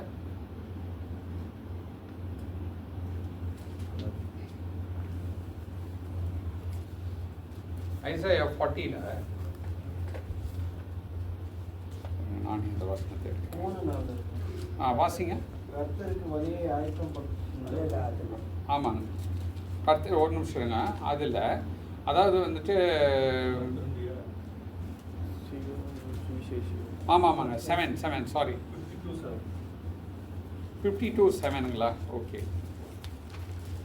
சமாதானத்தை கூறி நற்காரியங்களை சுவிசேஷமாய் அறிவித்து ரட்சிப்பை பிரசித்தப்படுத்தி உன் தேவன் ராஜரீகம் பண்ணுகிறார் என்று சீயோனுக்கு சொல்லுகிற சுவிசேஷனுடைய பாதங்கள் மலைகளின் மேல் எவ்வளவு அழகாக இருக்கின்றன. அப்போ இந்த வசனத்தை யூதர்கள் வாசித்த போது அவங்களுக்கு வந்து தேவன் அவர்களுக்கு கொடுக்கக்கூடிய, அவர்களை பாதுகாக்கக்கூடியவர், is going to save them, அவர்களை ரட்சிக்கக்கூடியவர், பாதுகாக்கக்கூடியவர் தேவன் என்பதை அவர்கள் எதிர்பார்த்து கொண்டிருந்தார்கள். அப்போ மேசியாவானவர் வந்து அவர்களை பாதுகாப்பார், அவர்களை விடுவிப்பார் என்பது அவர்களுடைய விசுவாசமாக இருந்தது. எதை பொறுத்து? ஏசாயா தீர்க்க தரிசனத்தை பொறுத்த மட்டிலே.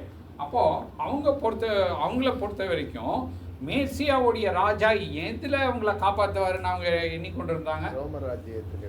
ஆமாம், அந்த உலகத்தை அவர் ஆளுகை செய்து யூதர்களை வந்து மற்றவர்களுடைய இடத்துல இருந்து அவங்கள பாதுகாப்பாங்கன்னு தான் நினச்சிருந்தாங்களே ஒழிய அவர்கள் இந்த ஏசாயா தீர்க்க தரிசனத்தை நிறைய பேர் என்ன பண்ணவில்லை, சரியாக புரிந்திருக்கவில்லை. ஆனால் புரிந்தவங்களும் இருந்தாங்க. நம்ம ஆண்டவராக இயேசு கிறிஸ்து பிறந்த போது வந்து அங்கே தேவாலயத்துக்கு கொண்டு வரும்போது சிமியோன் வந்து அதுக்காக காத்திருந்தார். அவர் கரெக்டாக புரிஞ்சிருந்தார். ஆனால் புரியாதவர்களும் அங்கே இருந்தார்கள். அப்போது இந்த சுவிசேஷம் என்ற வார்த்தையை பார்க்கும் பொழுது தேவன் மனிதனை விடுவிக்க வருகிறார், பாதுகாக்க வருகிறார், காப்பாற்ற வருகிறார். எதிலிருந்து காப்பாற்ற வருகிறார்னு நம்ம ஒரு மினிட்ல பார்க்கலாம். இந்த கிரேக்கர்கள் எப்படி புரிஞ்சிருந்தாங்க, ரோமன்ஸ் எப்படி புரிஞ்சிருந்தாங்க அப்படின்னு சொல்லி பார்க்கும்போது ஒரு எழுத்தாளர் சொல்கிறாரு, சீசர் அகஸ்து ராஜான்னு ஒருத்தர் பைபிளில் வாசிக்கணும் இல்லைங்களா, அவர் பிறந்த போது என்ன எழுதியிருக்குன்னா கிரேக்க மொழியில் வந்து அதோடைய பேர் வந்துட்டு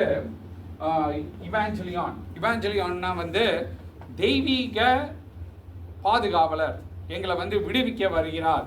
யார்? அவர் ஒரு ராஜா. யாருன்னா சீசர் அகஸ்டஸ் ஒரு ராஜா. அவர் வந்து எங்களை விடுவிப்பார்னா வந்து எங்களை பாதுகாப்பார், எங்களை ப்ரொடெக்ட் பண்ணுவார். அப்போது இந்த எபிரேயருக்கும் சரி கிரேக்கர்களுக்கும் சரி ரெண்டு பேருக்கும் என்ன தெரிஞ்சிச்சுன்னா இது ஒரு தெய்வீக கடவுள், தேவன் மனிதனை வந்து பாதுகாக்க போகிறார் என்று அவங்க எண்ணத்தில் இருந்தது. ஆனால் தேவன் என்றது ரோமர்கள் எப்படி பார்த்தாங்க? அவங்களுடைய சொந்த ராஜாவை தான் பார்த்தாங்க ஒழிய அவங்க வந்து மெய் தேவனாகிய தேவனை அவர்கள் பார்க்கவில்லை. அப்போது அந்த சுவிசேஷம் என்பதை நம்ம சரியாக புரிஞ்சிருக்க வேண்டும். எதிலிருந்து நம்மளை அவர் விடுவிக்கிறார்ன்றதை நம்ம தெரிஞ்சிருக்க வேண்டும். அதை நம்ம பார்க்கறதுக்கு முன்னாடி இன்னொன்று ஒன்று சொல்ல விரும்புகிறேன். யாருடைய சுவிசேஷம், ஹூஸ் காஸ்பெல்னு சொல்லி பார்த்தோம். 3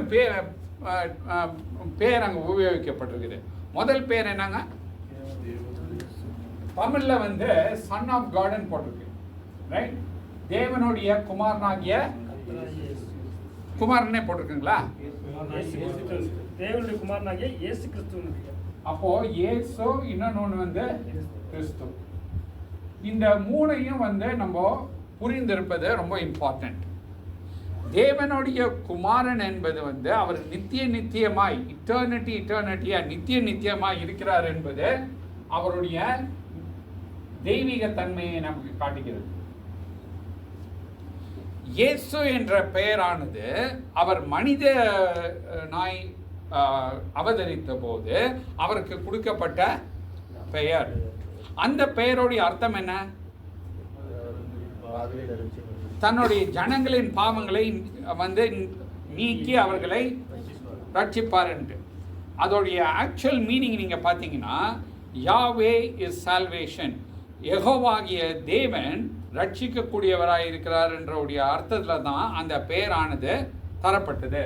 அப்போ அந்த இயேசு என்ற பெயரானது வந்து அவர் வந்து நம்மை மீட்கத்தக்கதாக தரப்பட்ட பெயர், மனிதனை மீட்கத்தக்கதாக தரப்பட்ட பெயர். அடுத்தது கிறிஸ்து என்பது அவருடைய ராயல் டைட்டில்.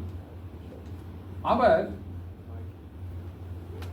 முன்குறிக்கப்பட்ட என்னவா இருக்கிறாரு? மேசியாவாக இருக்கிறார். அவர் தான் வந்து அபிஷேகம் பண்ணப்பட்டவராக இருக்கிறாரு. அவர் தான் நித்திய காலமான ராஜாதி ராஜாவும் கர்த்தாதி கர்த்தாவுமாக இருக்கிறாரு. இப்போ நான் இந்த இடத்துல நிறுத்த விரும்புகிறேன். நிறுத்திட்டு என்ன சொல்ல விரும்புகிறேன்னா, நம்ம வந்து ஒரு பேரை ரிப்பீட்டடாக சொல்ல சொல்ல சொல்ல சொல்ல சொல்ல அதோடைய அர்த்தமானது என்ன போயிடும்? அர்த்தம் இல்லாமல் போயிடும். இப்போது நம்மலாம் ஒருத்தர் பேர் சொல்லி கூப்பிட்டு பழகிறதுனால நமக்கு பெயர் என்பது வந்து ஏதோ ஒரு கூப்பிட்றதுக்கு ஒரு அடையாளமாக தான் வச்சுக்கிறோம். ஆனால் இந்த 3 பெயர்களை பார்க்கும் பொழுது நம்மளுடைய விசுவாசத்திற்கு இது அஸ்திபாரமாக இருக்கிறது. உதாரணத்துக்கு வந்து முதலாவது வந்து தேவனுடைய குமாரன் என்று சொல்லும் போது நமக்கு என்ன உணர்வு வர வேண்டும்? அவர் தேவனாய் இருந்தவர், என்னை ரட்சிக்க வந்தவர், அவர் நித்திய காலமாய் இருந்தவர் என்ற அந்த மரியாதை நமக்கு வேண்டும் இல்லைங்களா? அதுதான் நம்ம ஆட்டிடியூட். ரெண்டாவது வந்து அவருக்கு இயேசு என்ற பெயர். அவர் மாத்திரமே என்னை எதிலிருந்து விடுவிக்கக்கூடியவர். ஆமாம், அது அந்த எதிலிருந்து விடுவிக்கிறார்ன்றது நம்ம ஆழமாக பார்க்க வேண்டும். அடுத்தது வந்து அவருடைய பெயர் கிறிஸ்து என்பது வந்து என்ன பெயர்? அது அவருடைய ராயல் டைட்டில். அவர் வந்து ராஜாதி ராஜாவாக, கர்த்தாதி கர்த்தாவாக, அவர் என்றும் அரசாளக்கூடிய ராஜாவாக நமக்கு காட்டப்பட்டிருக்கார். அப்போ ரோமர்களுக்கு வந்து இதை கேட்கும் போது வந்து அவங்களுக்கு வந்து ஒரு பெரிய ஷாக் வரும். ஏன்னா அவங்க யாரை தான் வந்து ராஜாவை பார்த்தாங்க? சீசரை மட்டும் தான் ராஜாவை பார்த்தாங்க. இங்கே நம்ம பார்க்கும்போது தேவனுடைய குமாரன் அவர்களை மீட்கத்தக்கதாக அவர் ஒரு ராஜாவாக இருக்கிறவரா வராரு அப்படின்றது தான் அவர்களுக்கு எடுத்து சொல்றாரு. இது சொன்ன உடனே அடுத்த கேள்வி, ஒரு ராஜா வரணும்னா அதுக்கு முன்னாடி வந்து யார் வரணும்? ஒரு அனௌன்ஸ்மெண்ட் வரணும், ராஜா வராரு அப்படின்னு சொல்லிட்டு. இன்னைக்கு பார்த்தீங்கன்னா ஒரு எக்ஸாம்பிள் சொல்கிறேன். நமக்கு வந்து ஸ்டோரியிலலாம் கேட்டிருக்கோம், ராஜா வரதுக்கு முன்னாடி நம்ம ஊரில் சொல்லுவாங்கல்ல, என்ன பண்ணிட்டு வருவாங்க? பறை அடிச்சு வருவாங்கன்ட்டு வந்து இது நம்ம படிச்சிருக்கோம். பட் ஒரு சில நாட்டில் வந்து இன்னும் வந்து ஒரு சில மெத்தட்ஸ் ஃபாலோ பண்ணுறாங்க. ஒரு எக்ஸாம்பிள் சிங்கப்பூரில் நான் சொல்கிறேன். ஒரு 2 வீக்ஸ்க்கு முன்னாடி எங்கள் பிளாக்கில் வந்து நாங்கள் தங்கியிருக்கிற பிளாக்கில் வந்து ஒரு எம்பி ஹவுஸ் விசிட்க்கு வராங்க.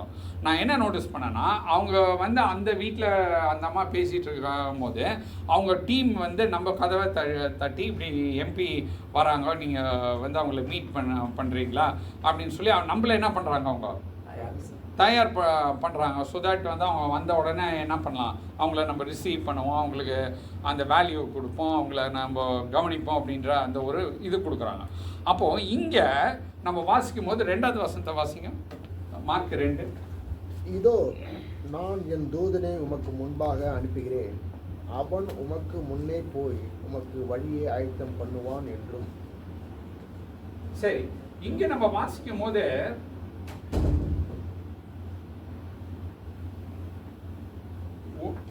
உங்களுக்கு முன்பாக ஒரு தூதனை அனுப்புவேன்னா, மெசஞ்சர், தூதர்னா தேவ தூதர்ல ஒரு மெசஞ்சரை அனுப்புகிறேன்.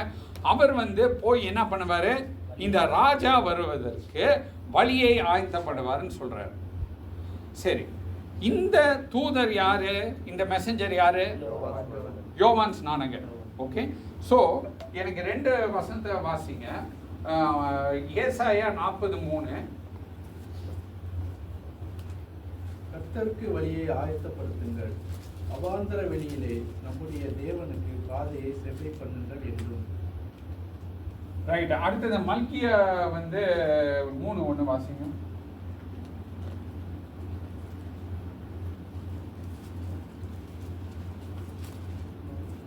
இதோ நான் என் தூதரை அனுப்புகிறேன், அவன் எனக்கு முன்பாக போய் வழியை ஆயத்தம் பண்ணுவான். அப்பொழுது நீங்கள் தேடுகிற ஆண்டவரும் நீங்கள் விரும்புகிற உடன்படிக்கையின் தூதனுமானவர் தம்முடைய ஆலயத்துக்கு தீவிரமாய் வருவார். இதோ வருகிறார் என்று சேனைகளின் கர்த்தர் சொல்லுகிறார்.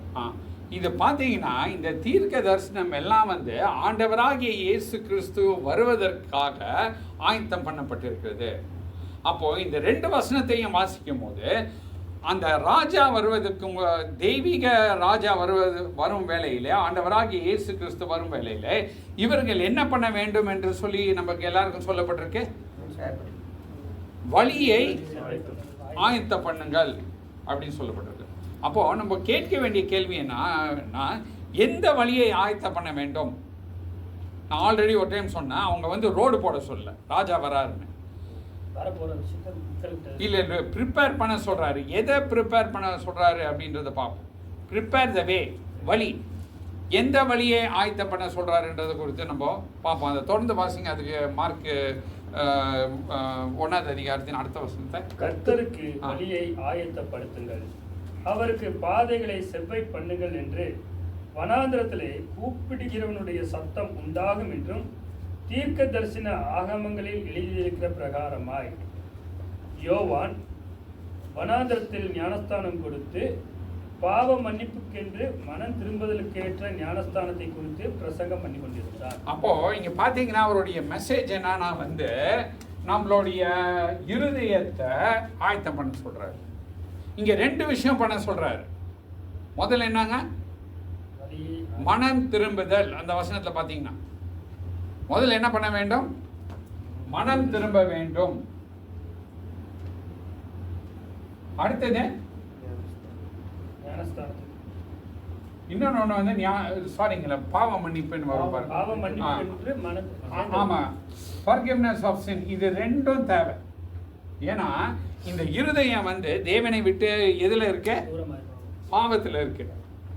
ஓகே, அப்போ இந்த பாவத்துல போய் கொண்டிருக்கிற வழியை விட்டு, புரியுதுங்களா எந்த வழின்னு? இருதயம் எதை பார்த்து போய் கொண்டு இருக்குது? பாவத்துல போய் கொண்டு இருக்குது. அங்க நீ ஸ்டாப் பண்ணிட்டு டர்ன் பண்ணிட்டு ஆண்டவர்கிட்ட மன்னிப்பு கேட்டுட்டு அடுத்தது வந்து ராஜாவுடைய வழியில போறதுக்கு ரெடியாகு அப்படின்றது தான் அவங்களுடைய அழைப்பு. ஸோ ரொம்ப இம்பார்ட்டன்ட் வந்துட்டு எந்த வழியை ஆயத்த பண்ண வேண்டும்? நம்ம இருதயத்தை ஆயத்த பண்ண வேண்டும். ஸோ இப்போ நான் வந்து கொஞ்சம் டீப்பாக உள்ள போக விரும்புகிறேன். நீங்கள் பார்த்தீங்கன்னா ரோமர் எழுதின புஸ்தகத்தில் நீங்கள் பார்த்தீங்கன்னா சுவிசேஷம் தோடைய மூல அர்த்தத்தை நம்ம பார்க்கும்போது நம்ம பாவத்தின் சுவாபத்தை உடையவர்களாக இருக்கிறோம். தேவனுக்கு முன்பதாக நம்ம போய் நீதிமான்களாக என்ன பண்ண முடியாது? நிற்க முடியாது. தேவனுக்கு முன்பதாக நீதிமானாக நிற்க வேண்டும் என்றால் எனக்கு நீதியின் சுவாபத்தை யார் தர வேண்டும்? தேவன் தர வேண்டும். என்னுடைய பாவத்திற்கான தண்டனையும் அவர் செலுத்தணும். அதே நேரத்தில் என்ன பண்ணணும்? எனக்கு அவருடைய நீதியையும் அவர் தரணும். அவருக்கு இது நம்ம ரட்சிக்கப்படுவதற்கு அதை விட்ட வர வழி இல்லை. நம்மளுடைய பாவத்தின் தண்டனை என்ன பண்ண வேண்டும்? அங்கே தண்டிக்கப்பட வேண்டும். அப்போது இவருடைய இந்த யோவான் ஸ்நானகனுடைய மெசேஜை பார்த்தீங்கன்னா அப்போஸ்தலர் 19ஆம் அதிகாரத்தின் 4ஆவது வசனத்தை வாசிங்க. அப்போஸ்தலர் 19:4. அப்பொழுது பவுல், யோவான் தனக்கு பின் வருகிறவராகிய கிறிஸ்து இயேசுவில் விசுவாசிகளாய் இருக்க வேண்டும் என்றும் ஜனங்களுக்கு சொல்லி மனம் திரும்புதலுக்கு ஏற்ற ஞானஸ்தானத்தை கொடுத்தானோ. திருப்பி அதை ரீட் பண்ணுங்க. அப்பொழுது 19:4. ஆமா, கரெக்ட். அப்பொழுது பவுல், யோவான் தனக்கு பின் வருகிறவராகிய கிறிஸ்து இயேசுவில் விசுவாசிகளாய் இருக்க வேண்டும் என்று. யார் மேல விசுவாசம் வைக்க வேண்டும் என்று? கிறிஸ்து இயேசு மேலே பவுல் ரொம்ப தெளிவாக சொல்றாரு. அவங்க ஆண்டவராகி இயேசு கிறிஸ்து மேல விசுவாசம் வைக்க வேண்டும் என்று என்ன பண்ணாங்க?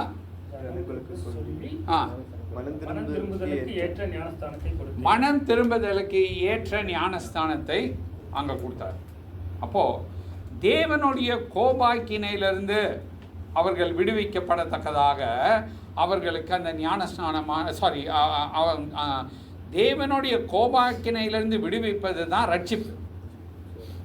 தேவனுடைய கோபாக்கினையிலிருந்து விடுவிப்பது தான் ரட்சிப்பு. அதனால தான் ரோமருக்கு எழுதும் போது பவுல் அப்போஸ்தலன் சொன்னார், சாப்டர் 1 verse 18 அது வாசிங்க. ரோமர் 1:18 என்ன சொல்லுதுன்னு? சத்தியத்தை அநியாயத்தினாலே அடக்கி வைக்கிற மனுஷனுடைய எல்லாவித அவப்பத்திற்கும் அநியாயத்துக்கும் விரோதமாய் தேவ கோபம் வானத்திலிருந்து வெளிப்படுத்தப்பட்டிருக்கிறது. இப்ப பாத்தீங்கன்னா தேவனுடைய கோபம் இருக்கு பாத்தீங்களா, ஆங்கர் ஆஃப் காட். இது மனிதனுடைய எல்லா அக்கிரமத்திற்கும் பாவத்திற்கும் நேராக தான் அவருடைய கோபாக்கினையானது என்ன இருக்கிறது. இதில் யாருமே விடுவிக்கப்பட்டவங்க கிடையாது. எல்லாரும் பாவம் செஞ்சவங்க. அவங்க தேவனை அறியாதவர்கள், அறிஞ்சவர்கள் எல்லாரும் பாவம் செஞ்சபடினால எல்லாரும் பாவம் செய்து தேவனுடைய கோபாக்கினைக்கு கீழே இருந்தோம். இதிலிருந்து நம்மளை விடுவிக்கத்தக்கதாக, இதிலிருந்து நம்மை காப்பாற்றத்தக்கதாக, அதுதான் நமக்கு சுவிசேஷம். அப்போ நான் கேட்க வேண்டிய கேள்வி என்னன்னா, இது எனக்கு எப்படி ஒரு நல்ல செய்தியா இருக்குது, இது நான் எப்படி என்னுடைய நற்செய்தியை நான் எடுத்துக்கொண்டு இருக்கிறேன் அப்படின்னு பார்க்கும்போது ஆண்டவர் என்ன பண்றாருன்னா, இந்த பாவத்திலிருந்து என்னை விடுவித்து அவருடைய குமாரனின் நீதியை எனக்கு தரார். அதை தான் நான் விசுவாசிக்கிறேன். அப்போ நான் ஆண்டவராக இயேசு கிறிஸ்துவை குறித்து என்ன விசுவாசிக்கிறேன்னா, எனக்கு எந்த நீதியும் இல்லை ஆண்டவரே உங்களுக்கு முன்பதாக நிற்கத்தக்கதாக நான் ரைட்ஃபுல்லாக உங்களால் ஆக்கினைக்குள்ளாக தீர்க்கப்பட்டு நித்தியமாக பாடுபட வேண்டியது என்னுடைய ஜட்ஜ்மெண்ட்டாக இருக்குது. ஆனால் அந்த ஜட்ஜ்மெண்ட்டை உங்களுடைய குமாரனின் மேலே நீர் செலுத்தி என்னை அதிலிருந்து காப்பாற்றினது மாத்திரமல்ல, உம்முடைய உயிர்த்தெழுதலின் மூலமாக, உம்முடைய குமாரனின் உயிர்த்தெழுதலின் மூலமாக அவரின் நீதியின் குணாட்சியத்தை எனக்கு தந்து உமக்கு முன்பதாக என்னை நீதிமானாய் நிறுத்தியிருக்கிறீர். யாருடைய நீதியோட? கிறிஸ்துவோடைய நீதியோட, நம்ம நீதி. இதுதான் நற்செய்தி. இதுதான் I am happy, we are happy. இதுதான் குட் நியூஸ் ஃபார் அஸ். இது குட் நியூஸா இல்லைங்களா? ஸோ இதுதான் நம்மளை பிலீவ் பண்ண சொல்றாரு. எதை பிலீவ் பண்ணோம்? என்னுடைய ஓல்டு மேன், என்னுடைய பாவத்தின்கான இந்த தண்டனையானது, the Lord Jesus has paid the penalty for my sin, sinful nature. அதை பே பண்ணி முடிச்சுட்டு அவர் உயிர்த்தெழுதலின் மூலமாக he has made me righteous. So நான் ஆண்டவருடைய பிரசனத்தில் இந்த காலை வேளையில் நம்ம எல்லாம் அவரை ஆராய்ச்சிடும் போது நம்ம எல்லாரும் யாருடைய ரைச்சஸ்னஸை போட்டுட்டு ஆராதிச்சோம்? கிறிஸ்துவின் ரைச்சஸ்னஸ், நாட் அஸ். அதனால தட் இஸ் குட் நியூஸ். அப்போது இந்த யோவான் ஸ்நானகன் இந்த செய்தி கொடுத்த போது யாரெல்லாம் அவரை நோக்கி வந்தாங்க? மார்க் 1 வாசிக்கிறோம். யூதேயா தேசத்தார், அப்புறம் எருசலேம் நகரத்தார் யாவரும். எருசலேம், இவங்க எல்லாம் இப்போ எங்க வராங்கன்னா வனாந்தரத்துக்கு வராங்க. இந்த இஸ்ரவேல் ஜனங்க வனாந்தரத்துக்கு வரும்போது அவங்களுக்கு என்ன ஞாபகம் வரும்? ஆமா, எகிப்துல இருந்து அவர்கள் கொண்டு வரப்பட்டாங்க. வனாந்தரமானது அவர்களுக்கு தேவனுடைய நியாய தீர்ப்பை குறித்து காட்டுகிறது. இன்னொன்று பார்த்தீங்கன்னா அந்த யோவான் ஸ்நானகனுடைய லைஃப் ஸ்டைலை பற்றி நம்ம அங்கே வாசிப்போம், ரைட்? அவருடைய லைஃப் ஸ்டைலை வாசிக்கிறதுக்கு முன்னாடி எனக்கு இன்னொன்று பண்ணுங்களேன். மத்தேயு 3:7 வாசிங்க. மத்தேயு 3வது அதிகாரத்தின் 7வது வாசிங்க. பரிசேயரிலும் சதுசேயரிலும் அநேகர் தன்னிடத்தில் ஞானஸ்நானம் பெறும்படி வருகிறதை அவன் கண்டு விரியப்பாம்பு குட்டிகளை மறு கோபத்துக்கு தப்பிக்கொண்டு உங்களுக்கு வகை காட்டினவன் யார்? பார்த்தீங்கன்னா வரக்கூடிய கோபம் யாருடைய கோபம்? தேவனுடைய கோபம். எதற்கு அகெயின்ஸ்டா அவர் கோபப்படுறாரு? நம்ம ரோமர் 1 வாசித்தோம்ல, எல்லா அநீதிக்கும் அக்கிரமத்திற்கும் அகெயின்ஸ்டா அவர் கோபப்படுறாரு. அப்போது யோவான் சொல்கிறாரு, அந்த பரிசேயர் சதுசேயரை பார்த்துட்டு, நீங்கள் எப்படி இருக்கிறீங்க? விரியன் பாம்பு குட்டிகளை போல இருக்கிறீங்க. You are dangerous like snakes அப்படின்னு சொல்கிறாரு. அப்போ அந்த அந்த வரக்கூடிய கோபத்திலிருந்து உங்களை என்ன பண்ணுங்க, காப்பாற்றிக்கும். அதை காப்பாற்றுறதுக்கு ஒரே ஒரு வழி தான். யாருக்காக அவங்க ஆயத்தம் பண்ணவங்க ஹார்ட்டை? கிறிஸ்துக்காக அவர்கள் ஆயத்தம் பண்ண வேண்டும். அப்போது இப்போ யோவானுடைய லைஃப் ஸ்டைலை பற்றி ஏன் மார்க் எழுதுறாருன்றதை நம்ம யோசித்து பார்க்க வேண்டும். எதுக்காக அவருடைய லைஃப் ஸ்டைலை பற்றி எழுதுறாரு? அவருடைய லைஃப் ஸ்டைலை பார்க்கும்போது அவர் எங்கே லிவ் பண்ணாருன்னு சொல்லி வாசிக்கிறோம், வனாந்தரத்தில் லிவ் பண்ணாருன்னு சொல்லி வாசிக்கிறோம். அடுத்தது அவருடைய லைஃப் ஸ்டைலில் என்னங்க இருந்துச்சு, அவர் என்ன மாதிரி ட்ரெஸ் போட்டிருந்தாரு? சரி, எலியா 2 ராஜாக்கள் 1:8 வாசிங்க.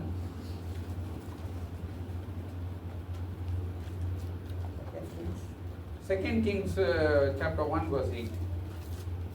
அதற்கு அவர்கள், அவன் மயில்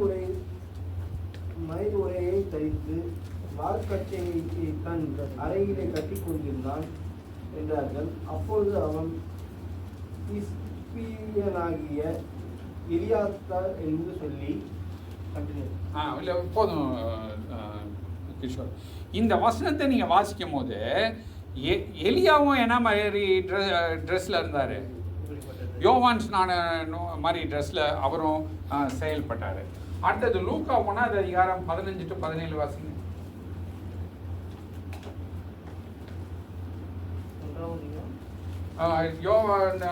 லூக்கா 1ஆம் அதிகாரம் 15 to 17.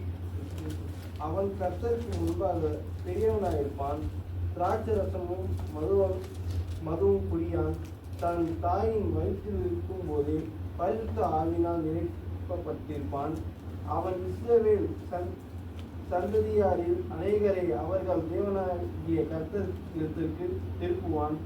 பிதாக்களுடைய இருதயங்களை பிள்ளைகளிடத்திற்கு கீழ்ப்படியாதவர்களின் நீதிமான்களுடைய ஞானத்திற்கும் திருப்பி உத்தமமான ஜனத்தை கர்த்தருக்கு ஆயத்தப்படுத்தும்படியாக அவன் எலியாவின் ஆவியும் பலமும் உடையவனாய் அவருக்கு முன்னே நடப்பான் என்றார். பார்த்தீங்கன்னா அந்த spirit of John the Baptist is compared to that of யாரு?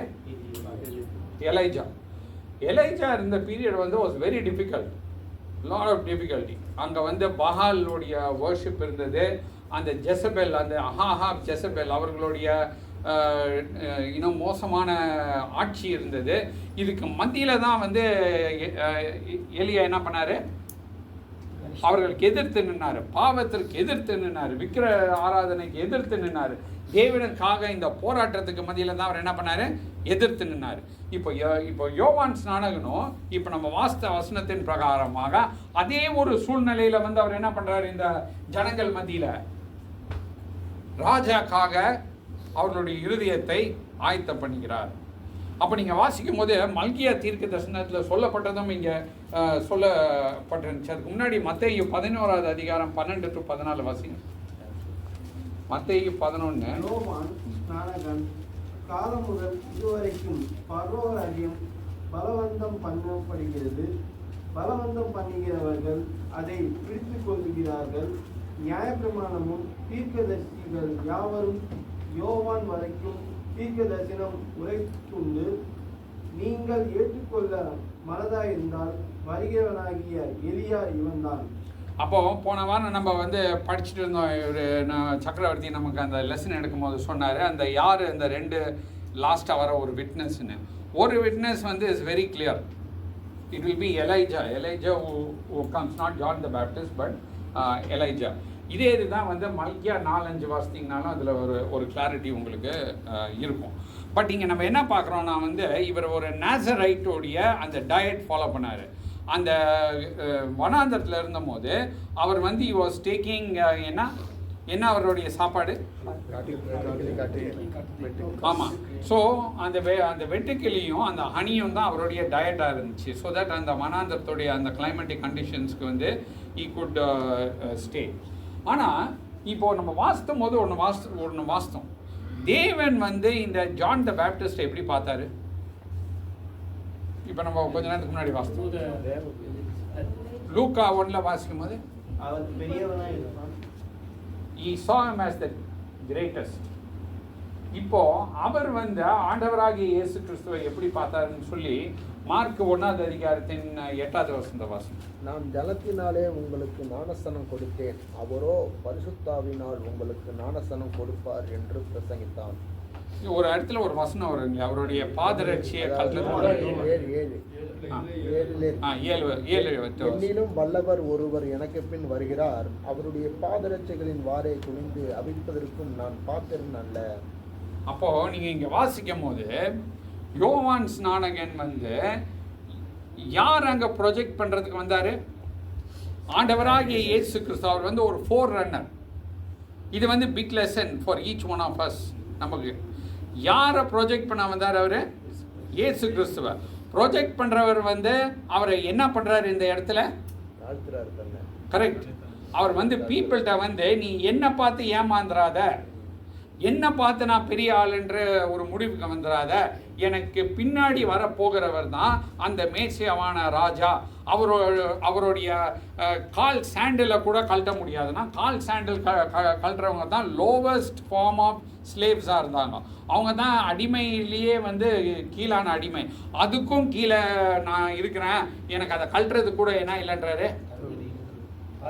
அப்போது நினச்சி பாருங்க, அவர் ஆர்டினரி லைஃப் லிவ் பண்ணார். எலைஜா மாதிரி அவருடைய ட்ரெஸ்ஸு, ஈவன் சாப்பிட்றது கூட ஒன்றும் கிடையாது அவர். பட் இவர் என்ன சொல்கிறாரு? வரக்கூடியவருடைய பாதரட்சியை கூட கழட்டுறதுக்கு அருகதையற்றவன். அப்போது இதை வாசிக்கும் போது வந்துட்டு எப்படி இயேசு கிறிஸ்துவை அவர் உயர்த்தி காட்டுறாருன்னு பாருங்கள். நான் சிறுக வேண்டும், அவர் பெருக வேண்டும். அப்போது இதெல்லாம் வந்து நமக்கு லைஃப் பிரின்சிபல்ஸ். இப்போ நம்ம அப்ளிகேஷனுக்குள்ளே வந்து குயிக்காக போய் பார்ப்போம். பண்ணிட்டு இன்னொன்னு சொல்றாரு, நான் எதனால உங்களுக்கு ஞானஸ்நானம் கொடுக்குறேன்? ஜலத்தினால கொடுக்குறேன். ஆனா இயேசு கிறிஸ்து எதனால கொடுப்பாரு? எவ்வளவு பெரிய டிஃபரன்ஸ். அந்த பரிசுத்த ஆவியானவரினால் கொடுக்கப்பட்டதுனால தான் நீங்களும் நானும் அந்த சுவிசேஷத்தை விசுவாசிச்ச உடனே நம்ம புதிய சிருஷ்டியாக என்ன பண்ணப்படுகிறோம்? ஆமா, உருவாக்கப்படுகிறோம். நமக்கு நீதியும் பரிசுத்தமும் கிறிஸ்துவின் சாயல நம்மளுக்கு என்ன கொடுக்குறாரு? நம்மளை மறுபடியும் பிறக்க செய்கிறாரு. அப்போது இந்த சத்தியங்களை வாசிக்கும் போது இப்போ நம்ம இந்த சத்தியங்கள்லேருந்து நம்ம என்னத்தை நடைமுறைப்படுத்த போகிறோம் அப்படின்னு சொல்லிட்டு இப்போ நம்ம குயிக்காக பார்ப்போம். இதில் ரொம்ப முக்கியமாக பார்க்கும்போது நீங்களும் நானும் வந்து யோவான் எழுதின மார்க் எழுதின சுவிசேஷத்தை நம்ம விசுவாசிக்கிறோம். சரி, மார்க் எழுதின சுவிசேஷத்தை இல்லை, சுவிசேஷம் என்ன என்பதை நம்ம என்ன பண்ணிட்டோம்? ஆமாம், நம்மள பிலீவ் பண்ணியிருக்கோம். அதனால தான் நம்ம வந்திருக்கோம். பட் இப்போ அந்த சுவிசேஷத்துடைய ஆழத்துக்குள்ளே போக போகிறோம். அப்போது அந்த முதல் பிரிட்ஜ் என்னன்னா, இந்த சுவிசேஷத்தை நான் பார்க்கும் பொழுது என்னை தேவகுமாரன் இயேசு கிறிஸ்து என்னை ரட்சிக்க வந்தவர், மனிதனாக வந்தவர். அடுத்தது வந்து அவர் ராஜாதி ராஜாவாக வந்தவர் என்று நாம் பார்க்கும்போது ஃபர்ஸ்ட் என்னுடைய ஆட்டிடியூட் என்னவா இருக்கணும்? இந்த நற்செய்தியை நான் என்ன பண்ணியிருக்க வேண்டும்? விசுவாசித்து அதை அனுபவிச்சு வைக்கணும். எனக்கு அது பர்சனலாக என்னவா இருக்க வேண்டும்? It should be my good news. இது எனக்கு வந்து என்னத்தை கொண்டு வர வேண்டும்? ஆமா, அதை கொண்டு வரணும். என்னை விடுவிச்சிருக்காரு. அடுத்தது யார் விடுவிச்சாருன்னு பார்க்கும்போது அவர் வந்து இஸ் த இட்டர்னல் கிங். என்னுடைய ராஜாவாக நான் அவரை என்ன பண்ண வேண்டும்? உயர்த்தி வைக்க வேண்டும். அதை தான் யார் பண்ணாரு? யோவான் ஸ்நானகன் பண்ணார். அடுத்ததாக நம்ம பார்க்கும்போது கண்டினியூஸாக நம்ம என்ன பண்ண வேண்டும்? ரிப்பெண்ட் பண்ணி மனம் திரும்பி என்ன பண்ண வேண்டும்? பாவ மன்னிப்பு பெற்றுக்கொண்டே இருக்க வேண்டும். Repent and forgiveness also.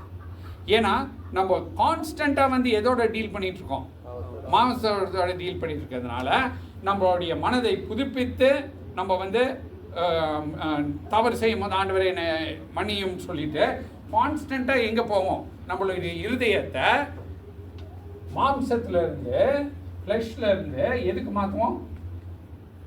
ஆவியானவர் வழி நடத்துறதுக்கு மாற்றுவோம். இதுதான் நம்ம பண்ண வேண்டிய repentance, constant renewing of our mind. அடுத்ததாக நம்ம என்ன பண்ணுவோம்? அவரை உயர்த்துவோம். யாரை? இயேசு கிறிஸ்துவை உயர்த்துவோம். இப்போ நீங்கள் பார்த்தீங்கன்னா, நீங்கள் எந்த வயசில் ஆண்டவரை ஏற்றுக்கொண்டீங்கன்னு தெரில, ஆனால் நம்மளுடைய தாட் ப்ராசஸ், நம்மளுடைய வளர்ச்சியின் ப்ராசஸில் அவர் அங்கே உயர வேண்டும், சுயமானது இறங்க வேண்டும். நிறைய நேரத்தில் பார்த்தீங்கன்னா, நான் வந்து உங்களுக்கெல்லாம் பாடம் நடத்தும் போது நிறைய டைமில் வந்து என்னுடைய இந்த மீட்டிங்லலாம் ஏன் வந்து நம்ம கேர்ஃபுல்லாக பேசணும், ஏன் நம்ம வந்து நம்மளுடைய சுயத்தை ரொம்ப போஸ்ட் பண்ணக்கூடாதுன்ட்டு சொல்கிறதுக்கு ரீசன் என்னன்னா, வந்து ரோமரில் கொரிந்தியருக்கு எழுதும் போது பவுல் சொல்கிறார், no flesh shall glory in my ப்ரெசன்ஸ்ன்றார் ஆண்டவர். மாம்சமானது என்னுடைய பிரசனத்தில் என்ன பண்ணக்கூடாது? மகிமைப்படுத்தக்கூடாது. அங்கே யார் தான் மகிமைப்படுத்துறதுக்கு பாத்திரவான்? ஆமாம். அதனால நம்ம கிறிஸ்துவின் குணாசியத்தின் வளர்ச்சி பாதையில் போகும்போது நம்மளை குறித்த அந்த பெருமை, இந்த உலகத்தில் என்ன அச்சீவ் பண்ணியிருக்கோம் இதெல்லாம் வந்து எங்கே வரக்கூடாது? சபைக்குள்ளே வரக்கூடாது. ஃபஸ்ட்டு நம்மளுடைய சிஸ்டமில் இருக்கக்கூடாது. நம்மளுடைய திங்கிங், நம்மளுடைய ப்ராசஸ் இதில் வந்து அது இருக்கக்கூடாது. ஏன்னா நம்ம எல்லாரும் மீட்கப்பட்டவர்கள், அவருடைய விலையேற பெற்ற ரத்தத்தினால் கொடுக்கப்பட்டவங்க. நம்ம எல்லாம் ஒரே ஒரு ஸ்டாண்டில் தான் நிற்கிறோம். யார் ஸ்டாண்டு? கிறிஸ்துவின் நீதி. நான் வந்து இந்த வாரம் பாவம் செய்யாமல் வந்தன்றதுனால என்னை ஏற்றுக்கொள்ள, அது பாவம் செய்யாமல் என்னை ஆண்டவர் கொண்டு வந்தார்னா அது அவருடைய கிருபை. அது ஏன் எஃபர்ட்னால? அது அவருடைய பாதுகாவல், அவருடைய பரிசுத்தப்படுத்துதல். ஆனால் எல்லாரும் யாருடைய ஸ்டாண்டர்டில் போய் நிற்கிறோம்? கிறிஸ்துவின் நீதியில் நிற்கிறோம். அப்போது தேவன் நம்மளை பார்க்கும் போது கல்வாரி சிலுவையில் லீகலாக வந்து என்னை மன்னித்து மரணத்தின் மூலமாக என்னுடைய அந்த பாவத்தின் குணாட்சியத்தை அடக்கம் பண்ணிட்டு எனக்கு நீதியின் குணாட்சியத்தை என்ன பண்ணுறாரு? தராரு. அப்போது நான் தொடர்ந்து இவரை உயர்த்துவது, கிறிஸ்துவை உயர்த்துவதை, கிரைஸ்டை வந்து லிஃப்ட் பண்ணுறது என்னுடைய கோலாக வச்சேன்னா,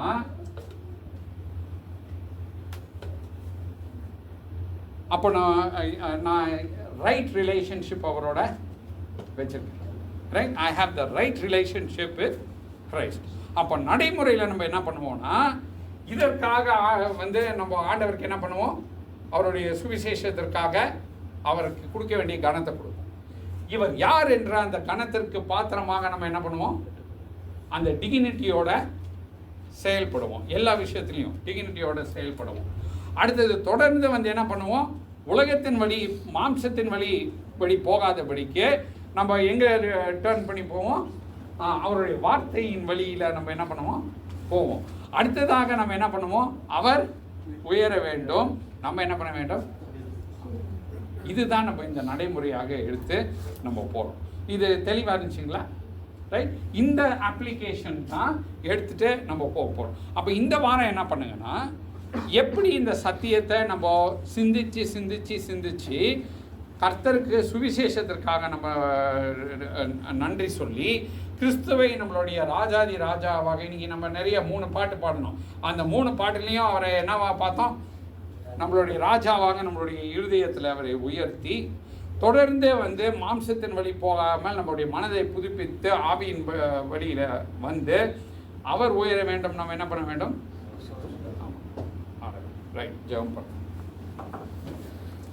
தகப்பனே, இந்த அருமையான காலை வேளையிலே உங்களுடைய வார்த்தையினால் எங்களை நீ உற்சாகப்படுத்தி ஆவியானவர் மூலமாக எங்களுக்கு தெளிவை தந்ததாய்வுக்காக ஸ்தோத்திரம் ஆண்டவரே.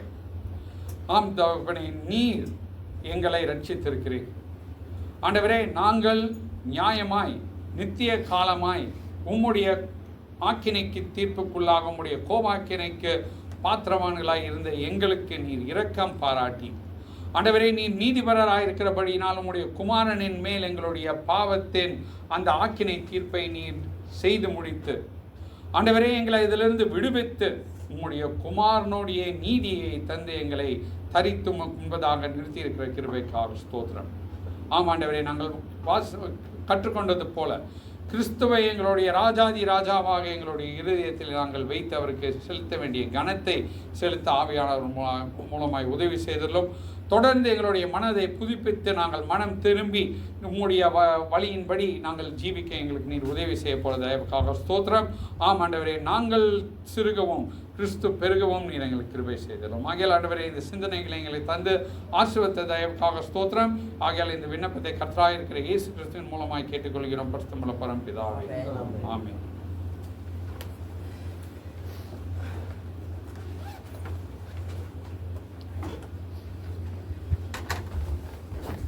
அறிமுகப்படுத்தினாரு. அவர் மகிமைப்படுத்தப்பட்டவர், அவரை காட்டிலும் அவர் பெரியவராயிருக்கிறார் என்றதை காட்டினார். அடுத்ததாக இன்னைக்கு நம்ம என்ன பார்க்க போறோம்னா, மார்க் 1:11 வசனத்துலேருந்து 20 வரைக்கும் பார்ப்போம். பட் அது கொஞ்சம் கொஞ்சமாக பார்ப்போம், சரிங்களா? அப்போ ஃபர்ஸ்ட் 9வது வசனத்துலேருந்து 11 வரைக்கும் வாசிங்க.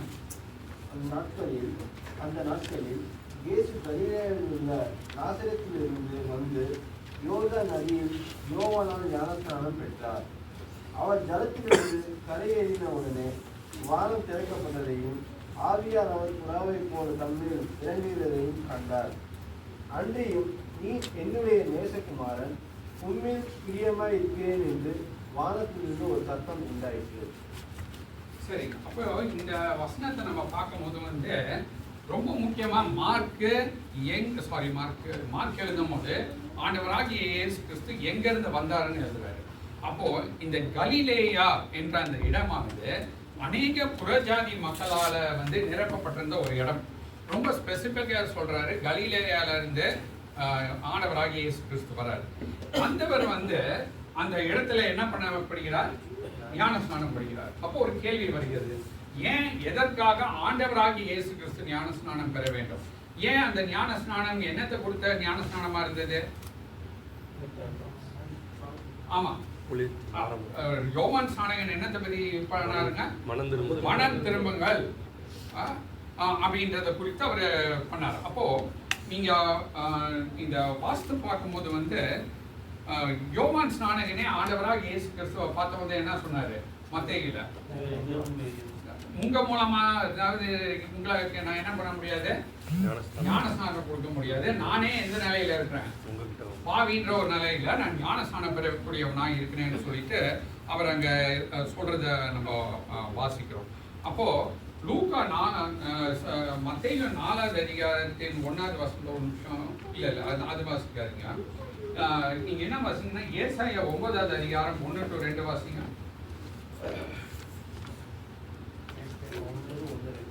ஆயினும் அவர் செபுலோன் நாட்களையும் நப்தலி நாட்டையும் இறுக்கமாய் ஈனப்படுத்தின முந்தின காலத்தில் இருந்தது போல அது இருந்திருப்பதில்லை. ஏனென்றால் அவர் கடற்கரைகளிலும் யோர்தான் நதியோரத்தில் உள்ள புறஜாதிகளுடைய கலிலேயனாகிய அத்தேசத்தை பிற்காலத்திலே மகிமைப்படுத்துவார். இருளில் நடக்கிற ஜனங்கள் பெரிய வெளிச்சத்தை கண்டார்கள். பாத்தீங்களா? அப்போ ஏசாயால ரொம்ப கிளியரா சொல்லப்பட்டிருக்குது, கலிலேயால இருந்து வரக்கூடியவர் ஈவன் புறஜாதிகளுக்கும் அவர் என்ன பண்ணுவாரு? இருள்ல இருக்கிறவங்களுக்கு ஒளிய வெளிச்சத்தை கொண்டு வரணும். அப்போ அவர் அங்கிருந்து ஞான ஸ்நானத்துக்கு யோர்தானுக்கு வராரு. மத்தேயு 3வது அதிகாரத்தின் 14வது வசனத்தை வாசிங்க.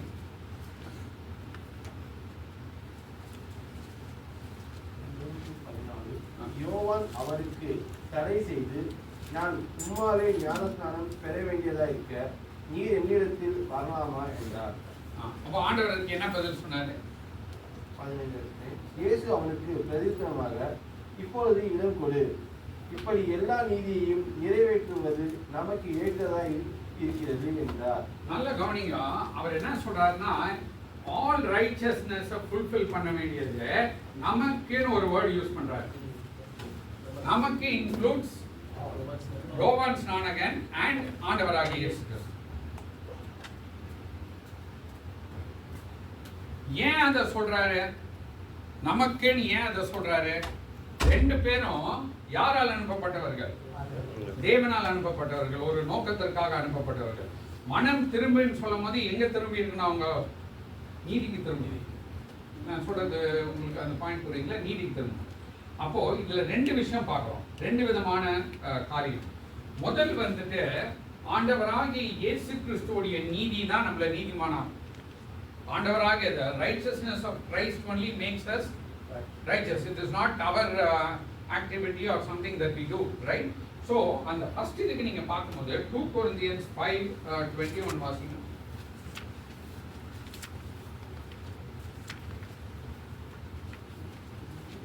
நம் வகுப்பில் தேவனுடைய நீதியாக இருக்கும்படி பாவம் அறியாத அவரை நமக்காக பாவம். ரைட், அந்த வசனம் ரொம்ப கிளியரா இருக்குது.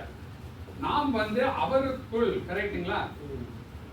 In him நம்ம என்னவா இருக்கும்படியாக, தேவனுடைய நீதியா இருக்கும்படியாக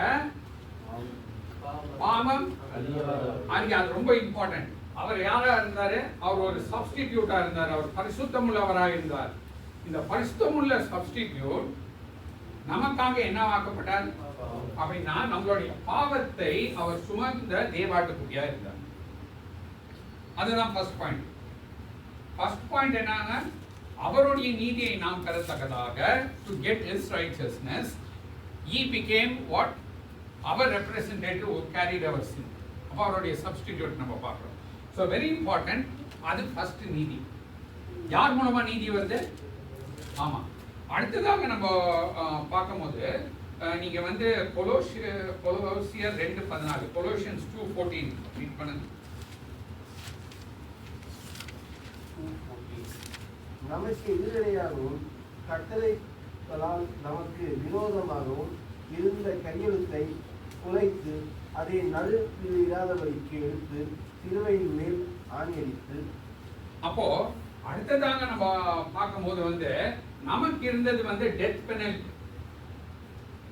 இந்த டெத் பெனல்டியில இருந்து நம்மள அவர் வெளியில கொண்டு வரதுக்காக அவர் வந்து அந்த தண்ணிக்குள்ள போகும்போது, ஆண்டவராகிய இயேசு தண்ணிக்குள்ளாக முழுகும் போது அது என்னத்தை காட்டுகிறது? அவருடைய மரணத்தை காட்டுகிறது. அவருடைய உயிர்த்தெழுதல், அவர் வெளியில வரும்போது அவருடைய உயிர்த்தெழுதலை காட்டுகிறது. ஆகையால் இந்த டெத்தை ஓவர் கம் பண்ணத்தக்கதாக ஆண்டவராகிய இயேசு கிறிஸ்து நம்மளுடைய சப்ஸ்டிடியூட்டா இருக்கிறாருன்றதை அவர் என்ன பண்றாரு? காட்டுறாரு. இது வந்து ஃபர்ஸ்ட் ரீசன். ஓகே, எல்லா நீதியும் நிறைவேற்றத்தக்கதாக.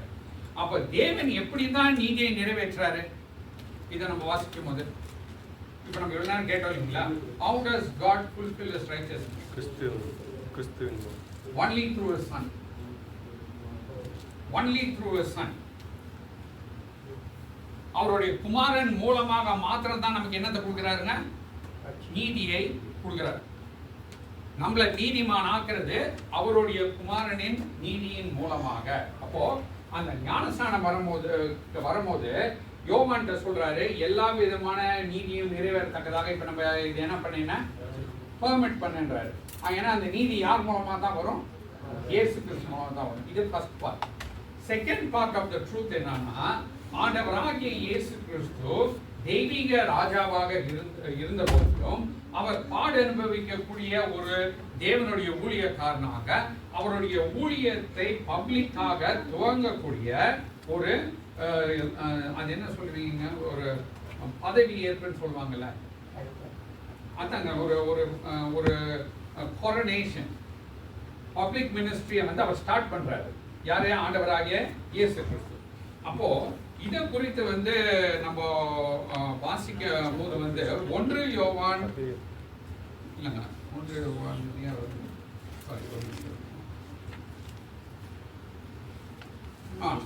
யோவான் எழுதின சுவிசேஷம் 1வது அதிகாரத்தின் 33வது வசனத்தை வாசிங்க. நானும் இவரை அறியாதிருந்தேன், ஆனாலும் ஜலத்தினால் ஞானஸ்தானம் கொடுக்கும்படி என்னை அனுப்பினவர் ஆவியானவர் இறங்கி யார் மேல் தங்குவதை நீ காண்பாயோ அவரே பரிசுத்த ஆவியினால் ஞானஸ்தானம் கொடுக்கிறவர் என்று எனக்கு சொல்லியிருந்தார். அப்போ யோவானுக்கு வந்து தேவனானவர் வந்து ஆல்ரெடி ஒரு மெசேஜ் கொடுத்திருந்தார். என்ன மெசேஜ் கொடுத்திருந்தாரு? நீ ஞானஸ்தானம் கொடுத்துட்டு இருக்கும் போது ஒருத்தர் வருவாரு, அவர் மேல வந்து விசிபிளா என்ன இறங்குறத நீ பாப்ப, ஆவியானவர் இறங்குறத பாப்ப. அவர் தான் யாரு? பரிசுத்த ஆவியானவரின் மூலமாக ஞானஸ்நானம் கொடுக்கிறவர் என்று சொல்லியிருந்தார். அப்பதான் அவர் தான் அந்த மேசி, அவர் தான் அதற்காக அபிஷேகம் பண்ணப்பட்டவர் என்ற அடையாளம் யாருக்கு சொல்லப்பட்டது? அப்போ ஒவ்வொரு டைமும் யோவான் அங்க ஞானஸ்நானம் கொடுத்துட்டு இருக்கும் போது அவர் என்னத்தையும் எதிர்பார்த்திருப்பாரு, மேசியா அங்க வரப்போறதையும் அவர் எதிர்பார்த்து அங்க ஞானஸ்நானம் கொடுத்துட்டு இருக்காரு. அதனாலதான் இவரை பார்த்த உடனே அவர் என்னன்னு சொன்னாரு, ஆமா உங்க பாதரட்சை, அவருடைய பாதரட்சை கல்றது கூட நான் வந்து தகுதியற்றவன் ஆகியால வந்து அவரை பார்த்தோன்னு சொல்றாரு, இல்ல நான் வந்து உங்களுக்கு ஞானஸ்நானம் தர முடியாதுன்றது அவர் சொல்றாரு. அப்போ இங்க நம்ம வந்து திரியேக தேவன், the Trinity is in action இந்த வசனத்துல. முதலாவதாக நம்ம பார்க்கிறோம், குமாரனானவர் ஞானஸ்நானம் பெற்றார். அப்போ பெற்ற போது வந்து யார் விசிபிளா இறங்கி வந்ததை யோவான் பார்த்தா, ஆவியானவர் வந்து அதை பார்த்தாரு. அடுத்தது யாருடைய சத்தம் கேட்டது, பிதாவாகிய தேவன். பிதாவாகிய தேவன் தன்னுடைய குமாரனை பத்தி என்ன சொன்னாரு, இவர் மேல் பிரியமா இருக்கிறேன். ஏன்னா வேற யார் மேலேயும் அவரால் பிரியமா இருக்கிறதுக்கு நம்ம லைஃப் வந்துட்டு பிரியமற்ற லைஃப் இருக்குது, பாவம் நிறைந்த லைஃப் இருக்கு.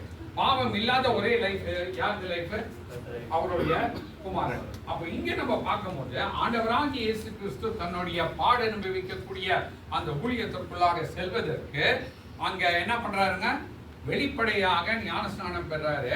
அப்போ யோவான் அதுக்கு பிறகு என்ன ஆயிடுது, இவர் தான் கன்ஃபார்ம் ஆன பிறகு அவருடைய சீஷர்கள் அவர் எப்படி இன்ட்ரோடியூஸ் பண்ணாரு, உலகத்தின் பாவத்தை சுமந்து தீர்க்கிற தேவாட்டு. He was very clear, இவர் தான் மேசியா, ரைட்.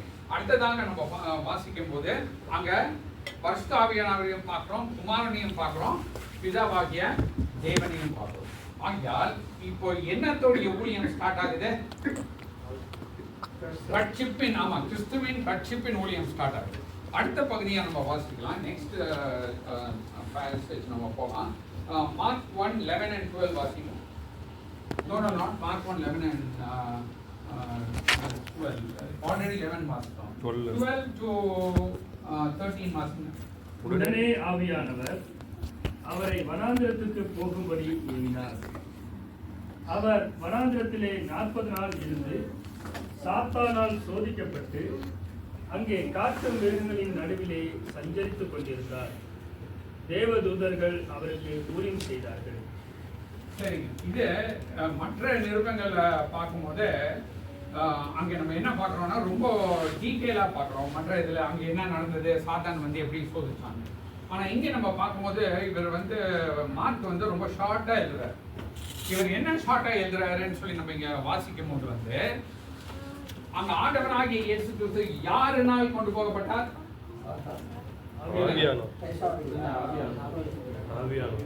ஹோலி ஸ்பிரிட் வந்து இப்போ என்ன பண்றாரு, ஆண்டவராகிய இயேசு கிறிஸ்துவ வனாந்திரத்துக்கு கொண்டு போறாரு. எதுக்காக கொண்டு போறாரு, ரைட். இப்போ நீங்க என்ன பண்ணணும்னா ஆதியாகமம் 3வது அதிகாரத்துக்கு வரணும். இல்ல நீங்க திருப்ப வேண்டாம், உங்களுக்கெல்லாம் இந்த கதை தெரியும். ஆதியாகமம் 3வது அதிகாரத்துல என்ன மாதிரி தோட்டத்துல வந்து ஆதாமையும் ஏவாளையும் வச்சாரு, எல்லா வசதியும் இருந்துச்சு. Everything was there, right. It was wonderful garden. அவங்க ஒண்ணுமே பண்ண தேவையில்லை. இங்க எங்க கொண்டு போறாரு ஆண்டவராகிய இயேசு கிறிஸ்துவ, வனாந்திரத்துக்கு கொண்டு போறாரு. வனாந்திரமானது நியாய தீர்ப்பின் ஒரு இடமாக காணப்படுகிறது. ஆனா இங்க யாருடைய நியாய தீர்ப்புன்றதை நம்ம பார்க்கணும். ஆண்டவராக இயேசு கிறிஸ்துவோடைய நியாய தீர்ப்பு இல்லை. நல்லா கவனிச்சு பாருங்க, அந்த இடத்துல யாரால டெம்ப்ட் பண்ண கொண்டு போறாரு, இந்த சாத்தான் எங்கங்க வந்து சோதிச்சாப்ல, ஏதேன் தோட்டத்துல சோதிச்சாப்ல. இப்போ 40 நாள் எங்க சோதிப்பாப்ல ஆண்டவராக இயேசு கிறிஸ்துவ, இங்க நம்ம பார்க்கும்போது ஆண்டவராகிய இயேசு கிறிஸ்துவின் ஒளியின் ராஜ்யத்திற்கும் இருளின் அதிகார பிரபுவாகிய பிசாசின் ராஜ்யத்திற்கும் என்ன நடக்குது இப்போ, ஆமா. சோ அவருடைய ஃபர்ஸ்ட் ஊழியத்தை துவங்கும் போது நம்ம நிறைய இடத்துல வாசிக்கிறோம். கொலோசியர்ல வாசிக்கிறோம், எபேசியர்ல வாசிக்கிறோம். அவர் இருளின் அந்தகாரத்தில் இருந்தவர்களை மேற்கொண்டுதான் என்ன பண்ணாரு, போனாரு. அவர்களுடைய வல்லமையை எடுத்துட்டு தான் அவர் என்ன பண்ணாரு, போனார். இதை நம்ம மறந்துடக்கூடாது. இது நம்முடைய விசுவாசத்தின் ஒரு முக்கியமான ஒரு அங்கீகாரம். அப்போ 1 யோவான் 3:8 முதல் வாசிங்க. 1 யோவான் 3:8.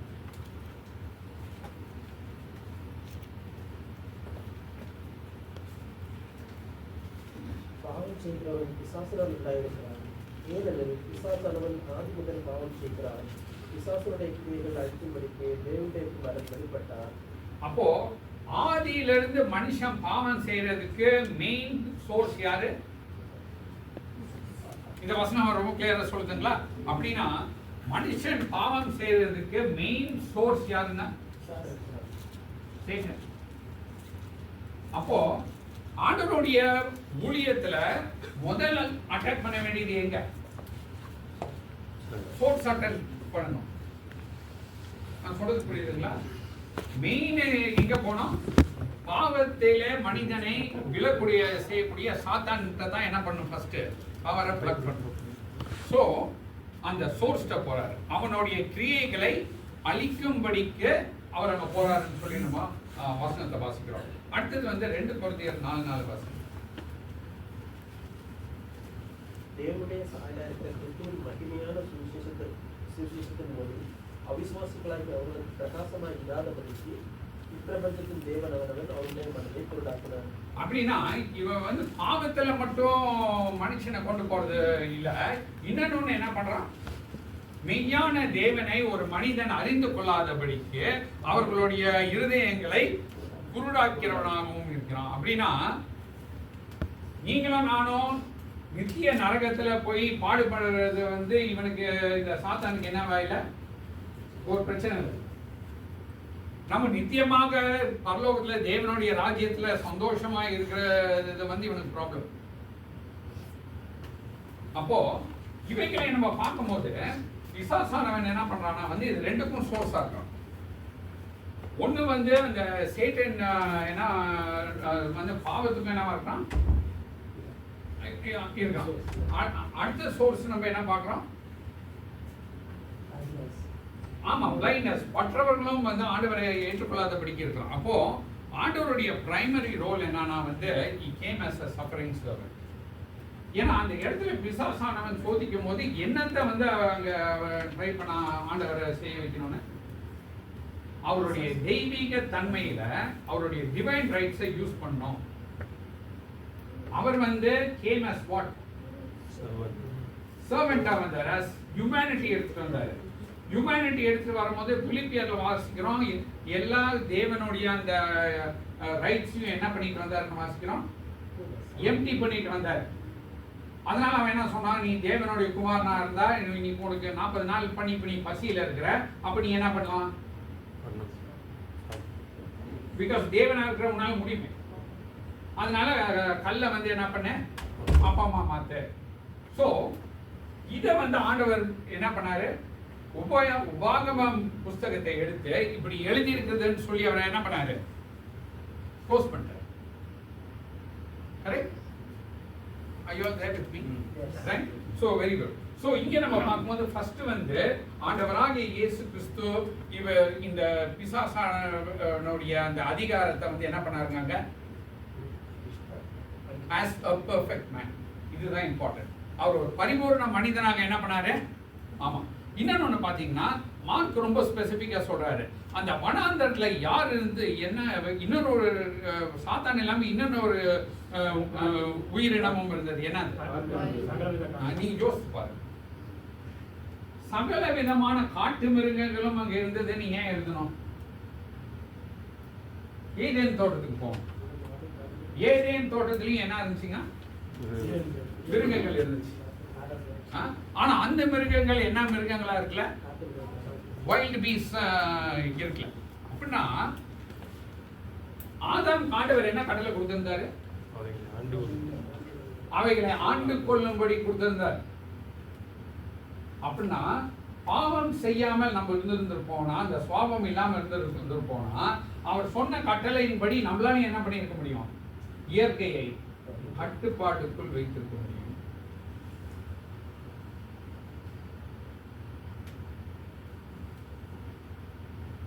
அது எனக்கு ரொம்ப ஆச்சரியமா இருந்துச்சு.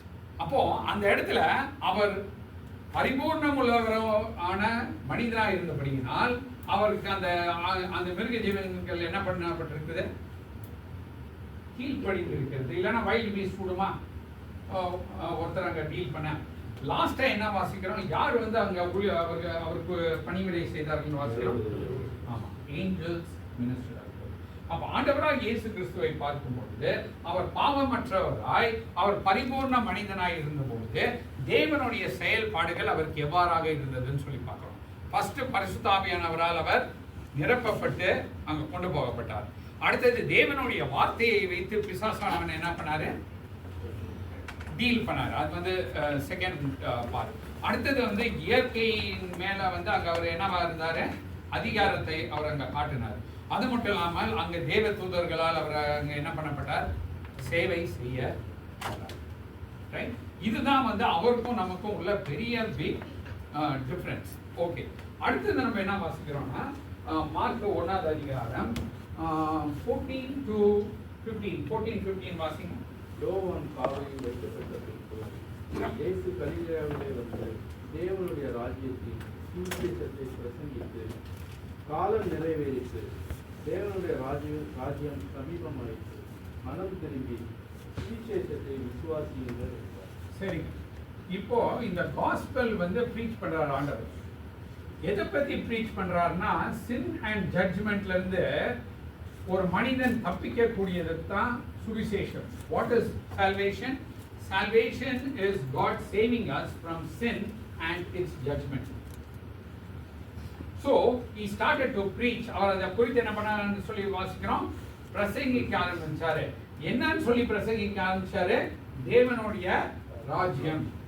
அப்போ தேவனுடைய ராஜ்யத்தை பார்த்தீங்கன்னா 3 தன்மையில இருக்குது. முதல் தன்மையானது வந்து தேவனுடைய ராஜ்யம் வந்து நம்மளுடைய இருதயத்தை ஆளுகை செய்யக்கூடியது தான் ரட்சிப்பின் முதலாவது ஆளுகை. நான் வந்து அவரை என்னுடைய லைஃப்ல வந்து நான் சேவியரா அக்செப்ட் பண்ணும்போது அவர் நம்மளுடைய லைஃப்குள்ள வந்து எதை ரூல் பண்றாரு, நம்மளுடைய தாட்ஸ், இமோஷன்ஸ் அண்ட் டிசிஷன்ஸ், இதை வந்து அவர் அங்கே டீல் பண்றாரு. ரைட்? அப்போ அது ஃபர்ஸ்ட்.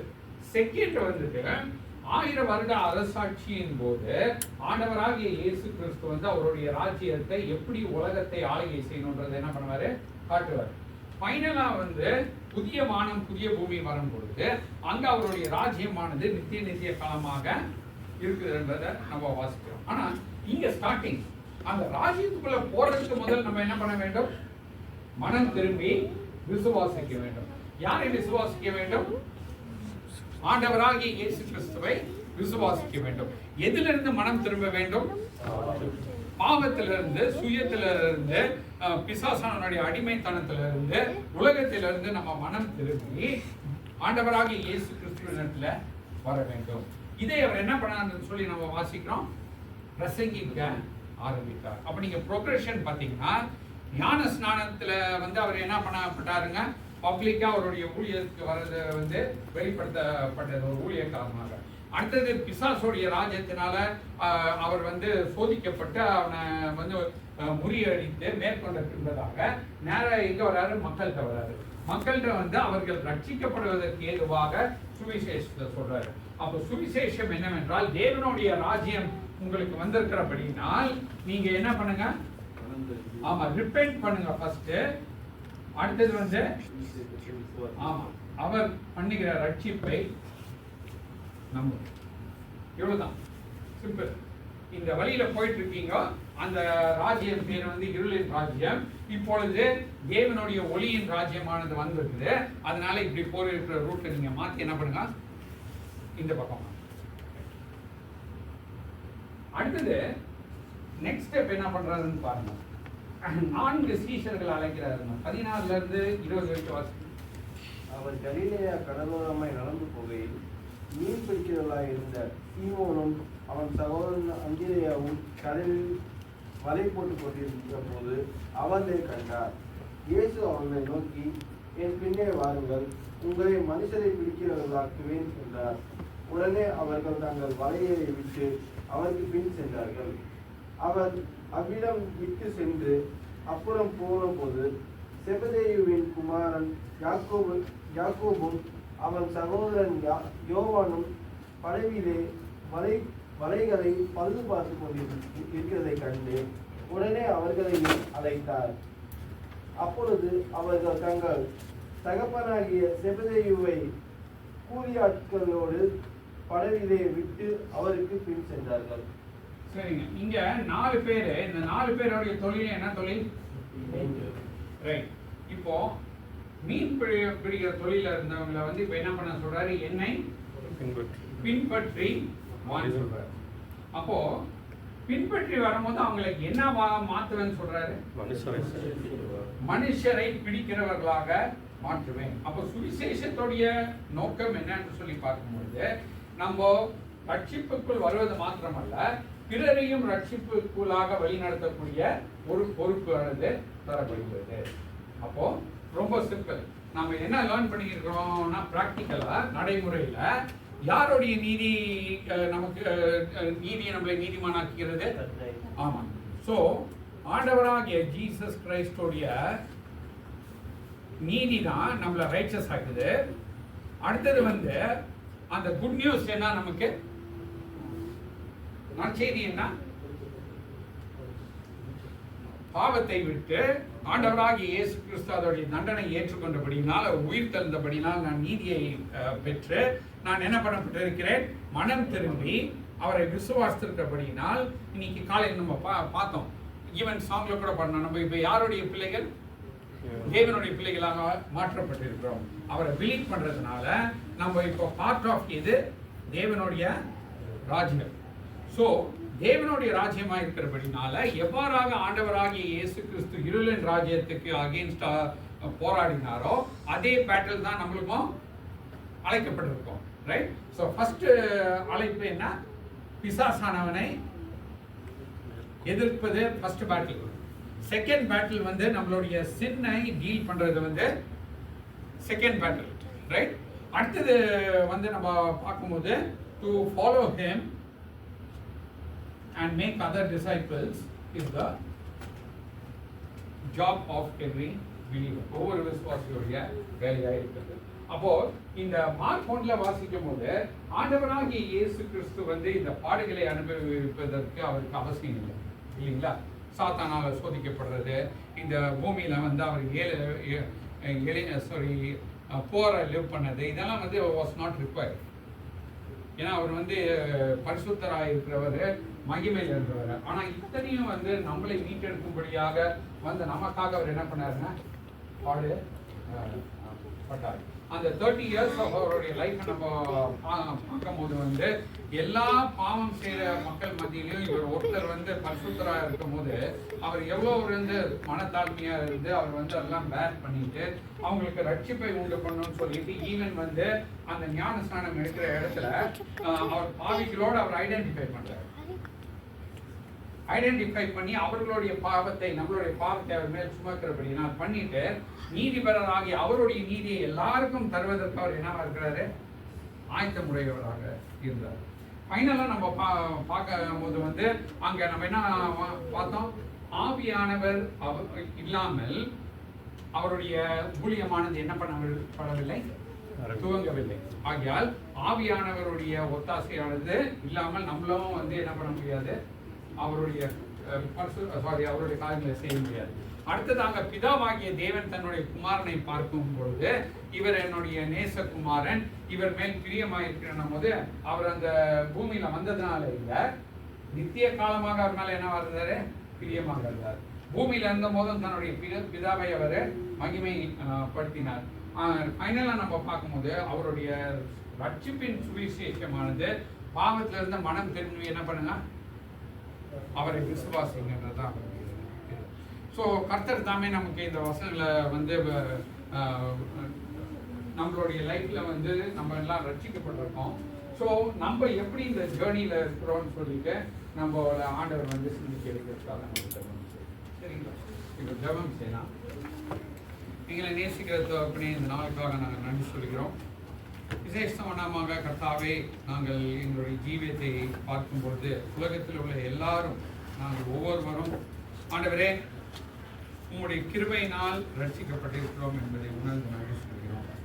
எங்களுக்காக ஆண்டவராக இயேசு கிறிஸ்து வந்து பட்ட பாடுகளை எண்ணி நாங்கள் பார்க்கும்பொழுது எவ்வளோ அவமானங்கள், எவ்வளவு நிந்தைகள், இவைகள் எல்லாம் ஆண்டவரே அவர் சகித்தவராய் அவர் காணப்பட்டதை நாங்கள் உணர்கிறோம். ஆண்டவரே, இந்த நாளில் கர்த்தாவே நாங்கள் விசேஷமாக ஆண்டவராக இயேசு கிறிஸ்துவின் நீதியை பெற்றுக்கபடியினால் நாங்கள் பாவத்தின் அடையாளத்தில் அல்ல, நீதியின் அடையாளத்திலே காணப்படுகிறதற்காக ஸ்தோத்திரம். அவர் எங்களுக்காக கல்வாரி சிலுவையிலே மரித்து அடக்கம் பண்ணப்பட்டு உயிர்த்தெழுந்து ஆண்டவரே பிசாசானவனை மேற்கொண்டு எங்களுடைய மாம்சத்தை மேற்கொள்வதற்கு எங்களுக்கு உதவி செய்து உலகத்தை நாங்கள் மேற்கொள்கிறவர்களாக எங்களை மாற்றியிருக்கிறதற்காகவும் ஸ்தோத்திரம். அதே நேரத்தில் கர்த்தாவே, நாங்கள் அவரை பின்பற்றி அநேகரை மண்டையிலே கொண்டு வருவதற்கு இதுவாக நீர் எங்களை வைத்திருக்கிறதற்காக ஸ்தோத்திரம். ஆம் ஆண்டவரே, நாங்கள் தொடர்ந்து எங்களுடைய ஜீவியத்திலே மனம் திரும்பி உம்மிடத்திலே பாவ மன்னிப்பை பெற்று ஆண்டவரே அவருடைய நீதியிலே காணப்பட்டு சமாதானம் பெறத்தக்கதாக நீர் எங்களை வைத்திருக்கிறதற்காக ஸ்தோத்திரம். ஆகிய ஆண்டவரே, இந்த நாளிலே நீர் எங்களை வழிநடத்தி தொடர்ந்து நடைபெறக்கூடிய சிஇபி மற்றும் ஆண்டவரே மற்ற நிகழ்வுகளிலே நீர் எங்களோடு இருந்து வழிநடத்த போவதற்காக ஸ்தோத்திரம் செலுத்தி இந்த விண்ணப்பத்தை கர்த்தராகிய இயேசு கிறிஸ்துவின் விலையேற்ற நாமத்தில் கேட்டுக்கொள்கிறோம்.